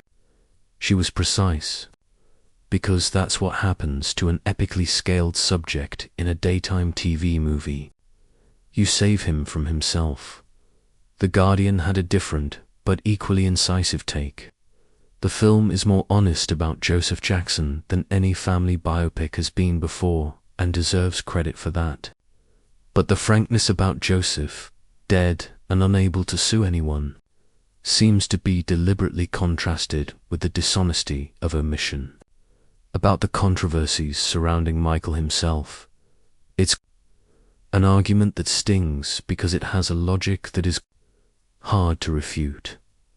In 2019, HBO released the documentary Leaving Neverland, which featured new allegations from two men, Wade Robson and James Safe, who claimed they were abused as children by Michael Jackson. The Jackson family is fighting the allegations hard. Some of the defense is challenging them based on inconsistencies in the testimonies. Like any criminal allegation that never made it to court, they are part of a debate society is still working through. The movie doesn't need to tell us who's right. But the film does at least have the obligation to recognize that the debate exists.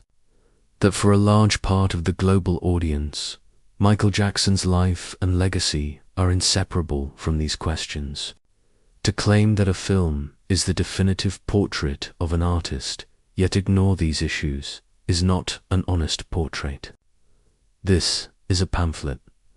Ironically, the detail that makes everything more complicated is the Jordan Chandler clause problem, the legal trigger that had them rewriting the third act.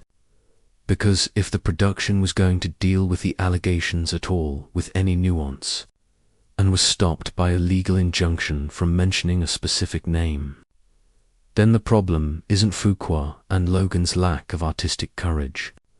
The problem is structural.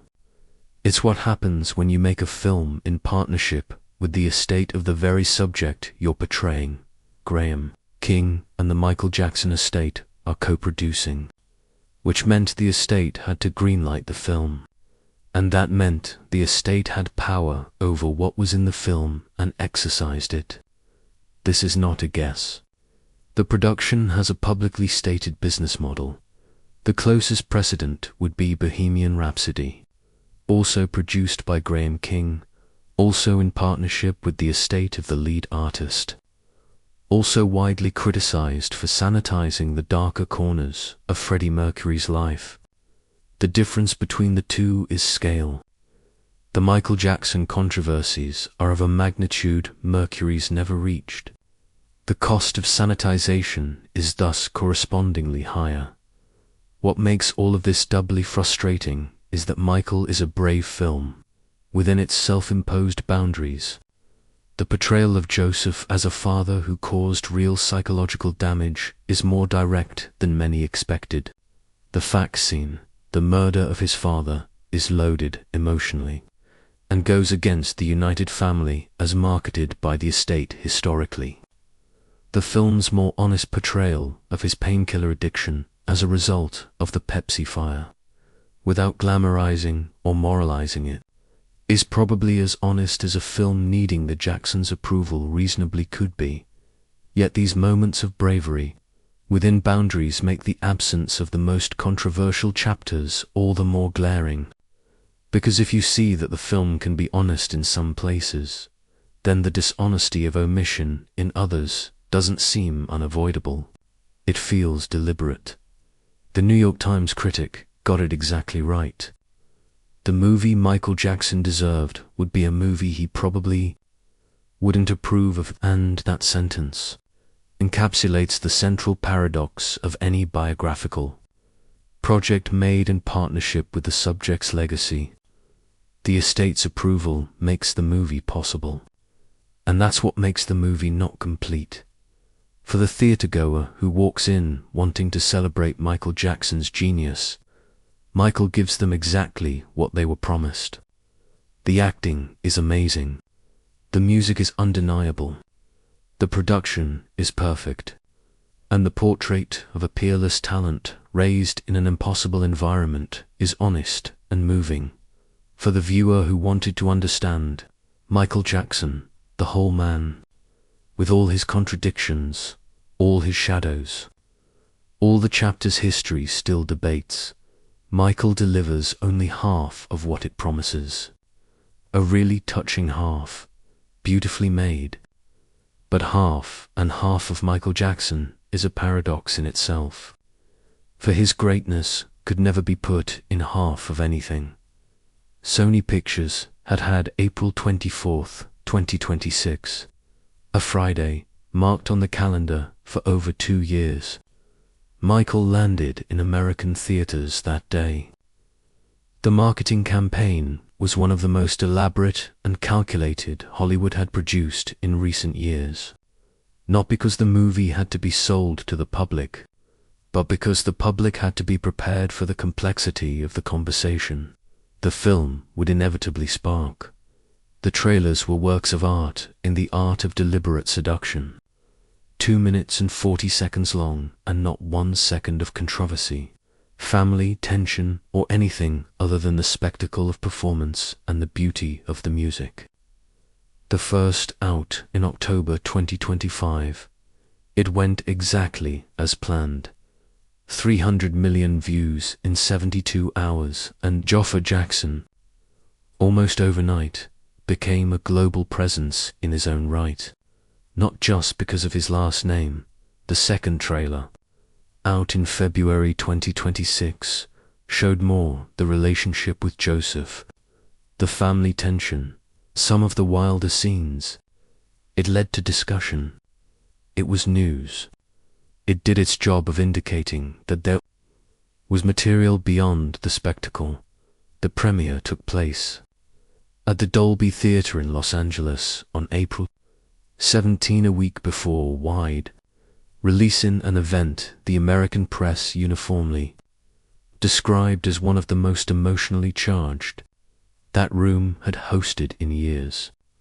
Several critics in attendance said the atmosphere was unlike any premiere they had ever covered, with Jackson family members, former collaborators of Michael's, and people who knew him personally seeing Jaafar play his uncle on the big screen for the first time. When the credits rolled and the lights went up, there were people crying in the audience. Not all of them, but enough that the silence before the applause had a certain gravity to it. The opening numbers confirmed what the marketing promised. $72 million on opening weekend in the United States. the biggest opening weekend of 2026 to date. The global opening weekend hit 140 million, a number that would be very difficult for non-franchise films to hit on debut. By the end of April 2026, a week after its wide release, the total gross was near $238 million worldwide, with a particularly strong international response in Brazil, Japan, South Korea, and most of Western Europe. The Brazilian market was the fifth highest in revenue, well above initial expectations and a reflection of the Brazilian public's continuing love for Michael Jackson that not even market research can ever fully capture. But the box office numbers, though impressive, are only half the story of Michael's reception. The other half is under review, and the reviews were, to be blunt, as seldom divided as they were stark. The film's Rotten Tomatoes score started at 52%, which in a system where 60% is the dividing line between fresh and rotten, means the film is rotten. But the audience score was 88%. That 36 percentage point gap between critics and everyday viewers is, in and of itself, as much a sociological phenomenon as a cinematic one, which assigns a rating out of 100 based on reviews from critics, used a 100-point scale and weighted reviews by publication influence, registered a 51 for critics, mixed or average reviews in the site's classification, and 92 for users. Why this division? The answer is to groups entering the theater after fundamentally different things. Professional critics, most of whom already knew about the allegations, the reshoots, the Jordan Chandler clause, the estate's role in production, came to the film with a question it refuses to answer. Who was Michael Jackson, really?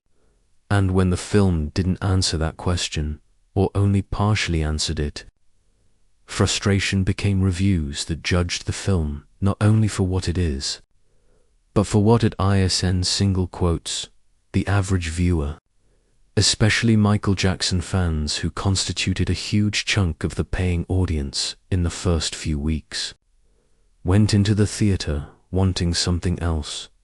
They wanted to celebrate. They wanted to see that talent replicated with respect. They wanted to hear that music on a cinema sound system and feel what they felt when they first heard it. And for that audience, Michael gave them just what it promised. Jaafar astonished them. The music stirred them. And the context of the charges, the controversy, the debate still going on in the public square, all that stayed outside the theater. And that doesn't mean that one side is right and one side is wrong. It means they were watching different movies in the same movie. The most glowing reviews were from publications that focused on analyzing the performance rather than analyzing the project as a whole. Variety dubbed Jaafar one of the acting revelations of the decade. The Hollywood Reporter stated, "When Jaafar is on screen, the film transcends its limitations." IndieWire expressed more reservations about the film as a whole, but admitted, Colman Domingo does things with silence that few actors can do with dialogue. Many of the most negative reviews used variations on the same metaphor, a display window. The Washington Post called the film a window display for a musical catalog administered with surgical precision by an estate that has no interest in complexity. The Chicago Tribune was more direct. Michael Jackson deserved a movie that didn't need Michael Jackson's approval, on average. Brazilian critics were more receptive than the American and British press. The main Brazilian film criticism sites only Cinecete Papo de Cinema gave 3.24 stars out of 5, with regular praise for Jaafar and Colman Domingo and regular reservations about the third act and the question of sanitization.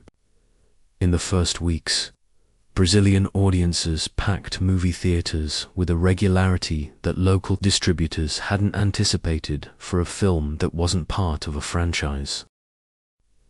There is a parallel conversation that took place, mainly via social media, and deserves mention: the response of fans who defend Michael Jackson's innocence against the allegations, and who saw in the film a portrait that, within its self-imposed limits, was fair and humanizing.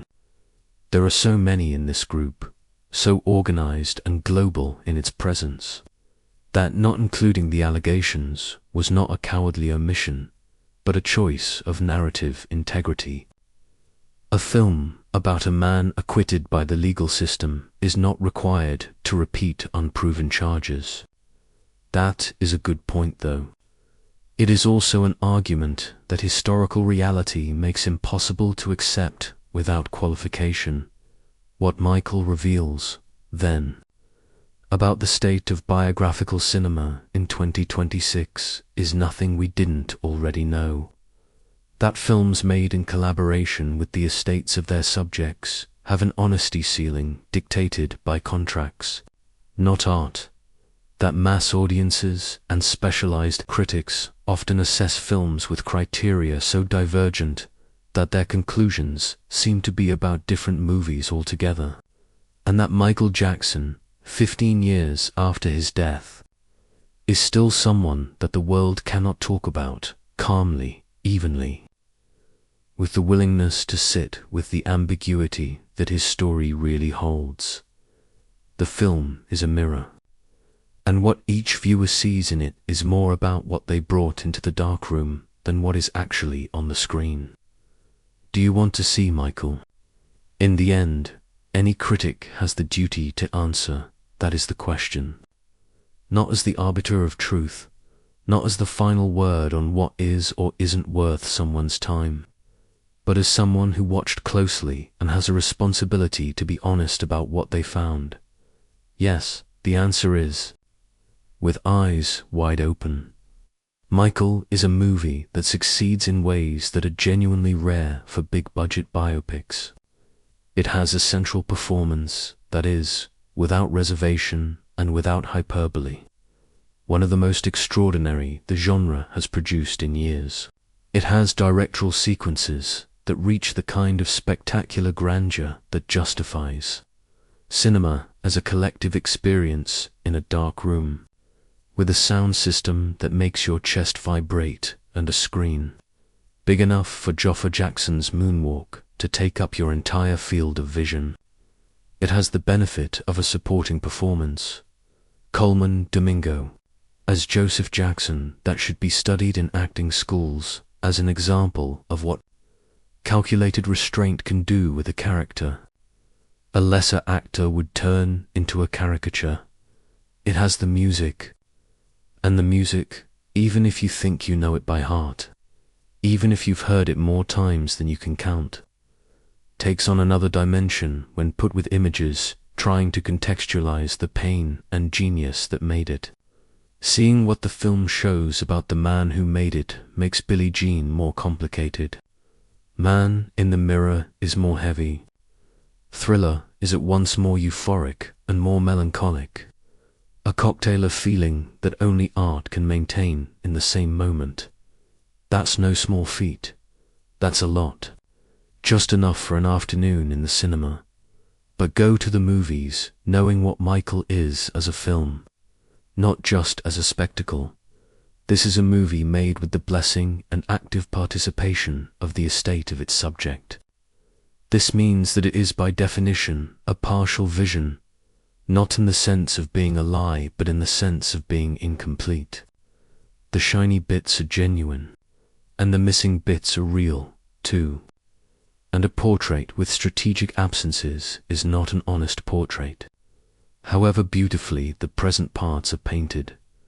It's a movie that ends in 1989, 20 years before Michael Jackson's life would continue into the film's retelling. That's 20 years, including Neverland Ranch, which the film doesn't mention. This includes his marriage to Lisa Marie Presley and his marriage to Debbie Rowe, which the movie doesn't mention. They include Michael's 3 children. The movie does not mention them. They include the 1993 allegations and the 2005 trial, which the film deliberately leaves out.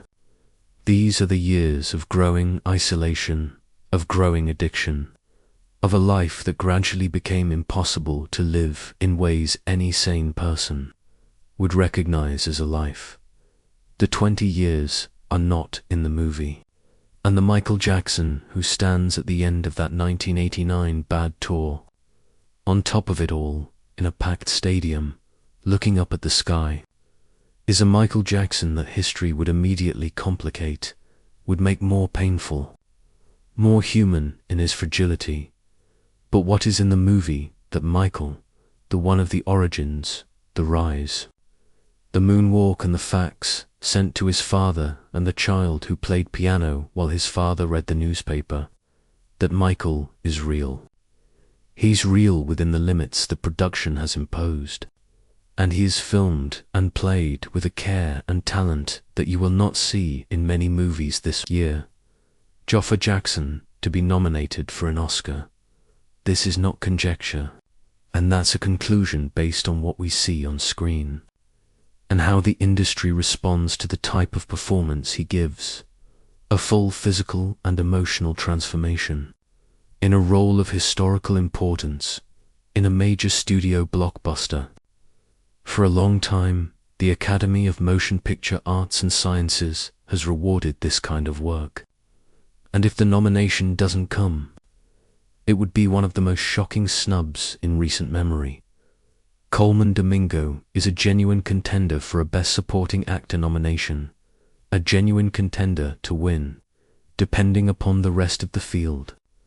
Nominee for Rustin, and building a reputation year after year as one of the most versatile and committed American actors of his generation. Michael could be the movie that finally brings him the award his talent has long deserved. Where the Michael Jackson cinematic universe goes from here, if anywhere at all, is anyone's guess. There is no sequel announced, which makes sense given that the movie ends in 1989 and the following chapters involve tricky legal territory. But the movie's commercial success assures the conversation will take place. Somewhere in a boardroom, someone is already planning what's next. If that conversation results in a second movie, the honest hope is that the estate, encouraged by the success of this first one, is willing to make more room for the complexity of the whole story. That they strike a better balance between protecting the legacy and biographical honesty than they did here. That the cinema Michael Jackson deserves is finally made, with all its greatness and all its shadow, without one having to be sacrificed for the other. Michael Jackson was an artist who turned pain into beauty with such regularity that it defies any rational attempt at explanation.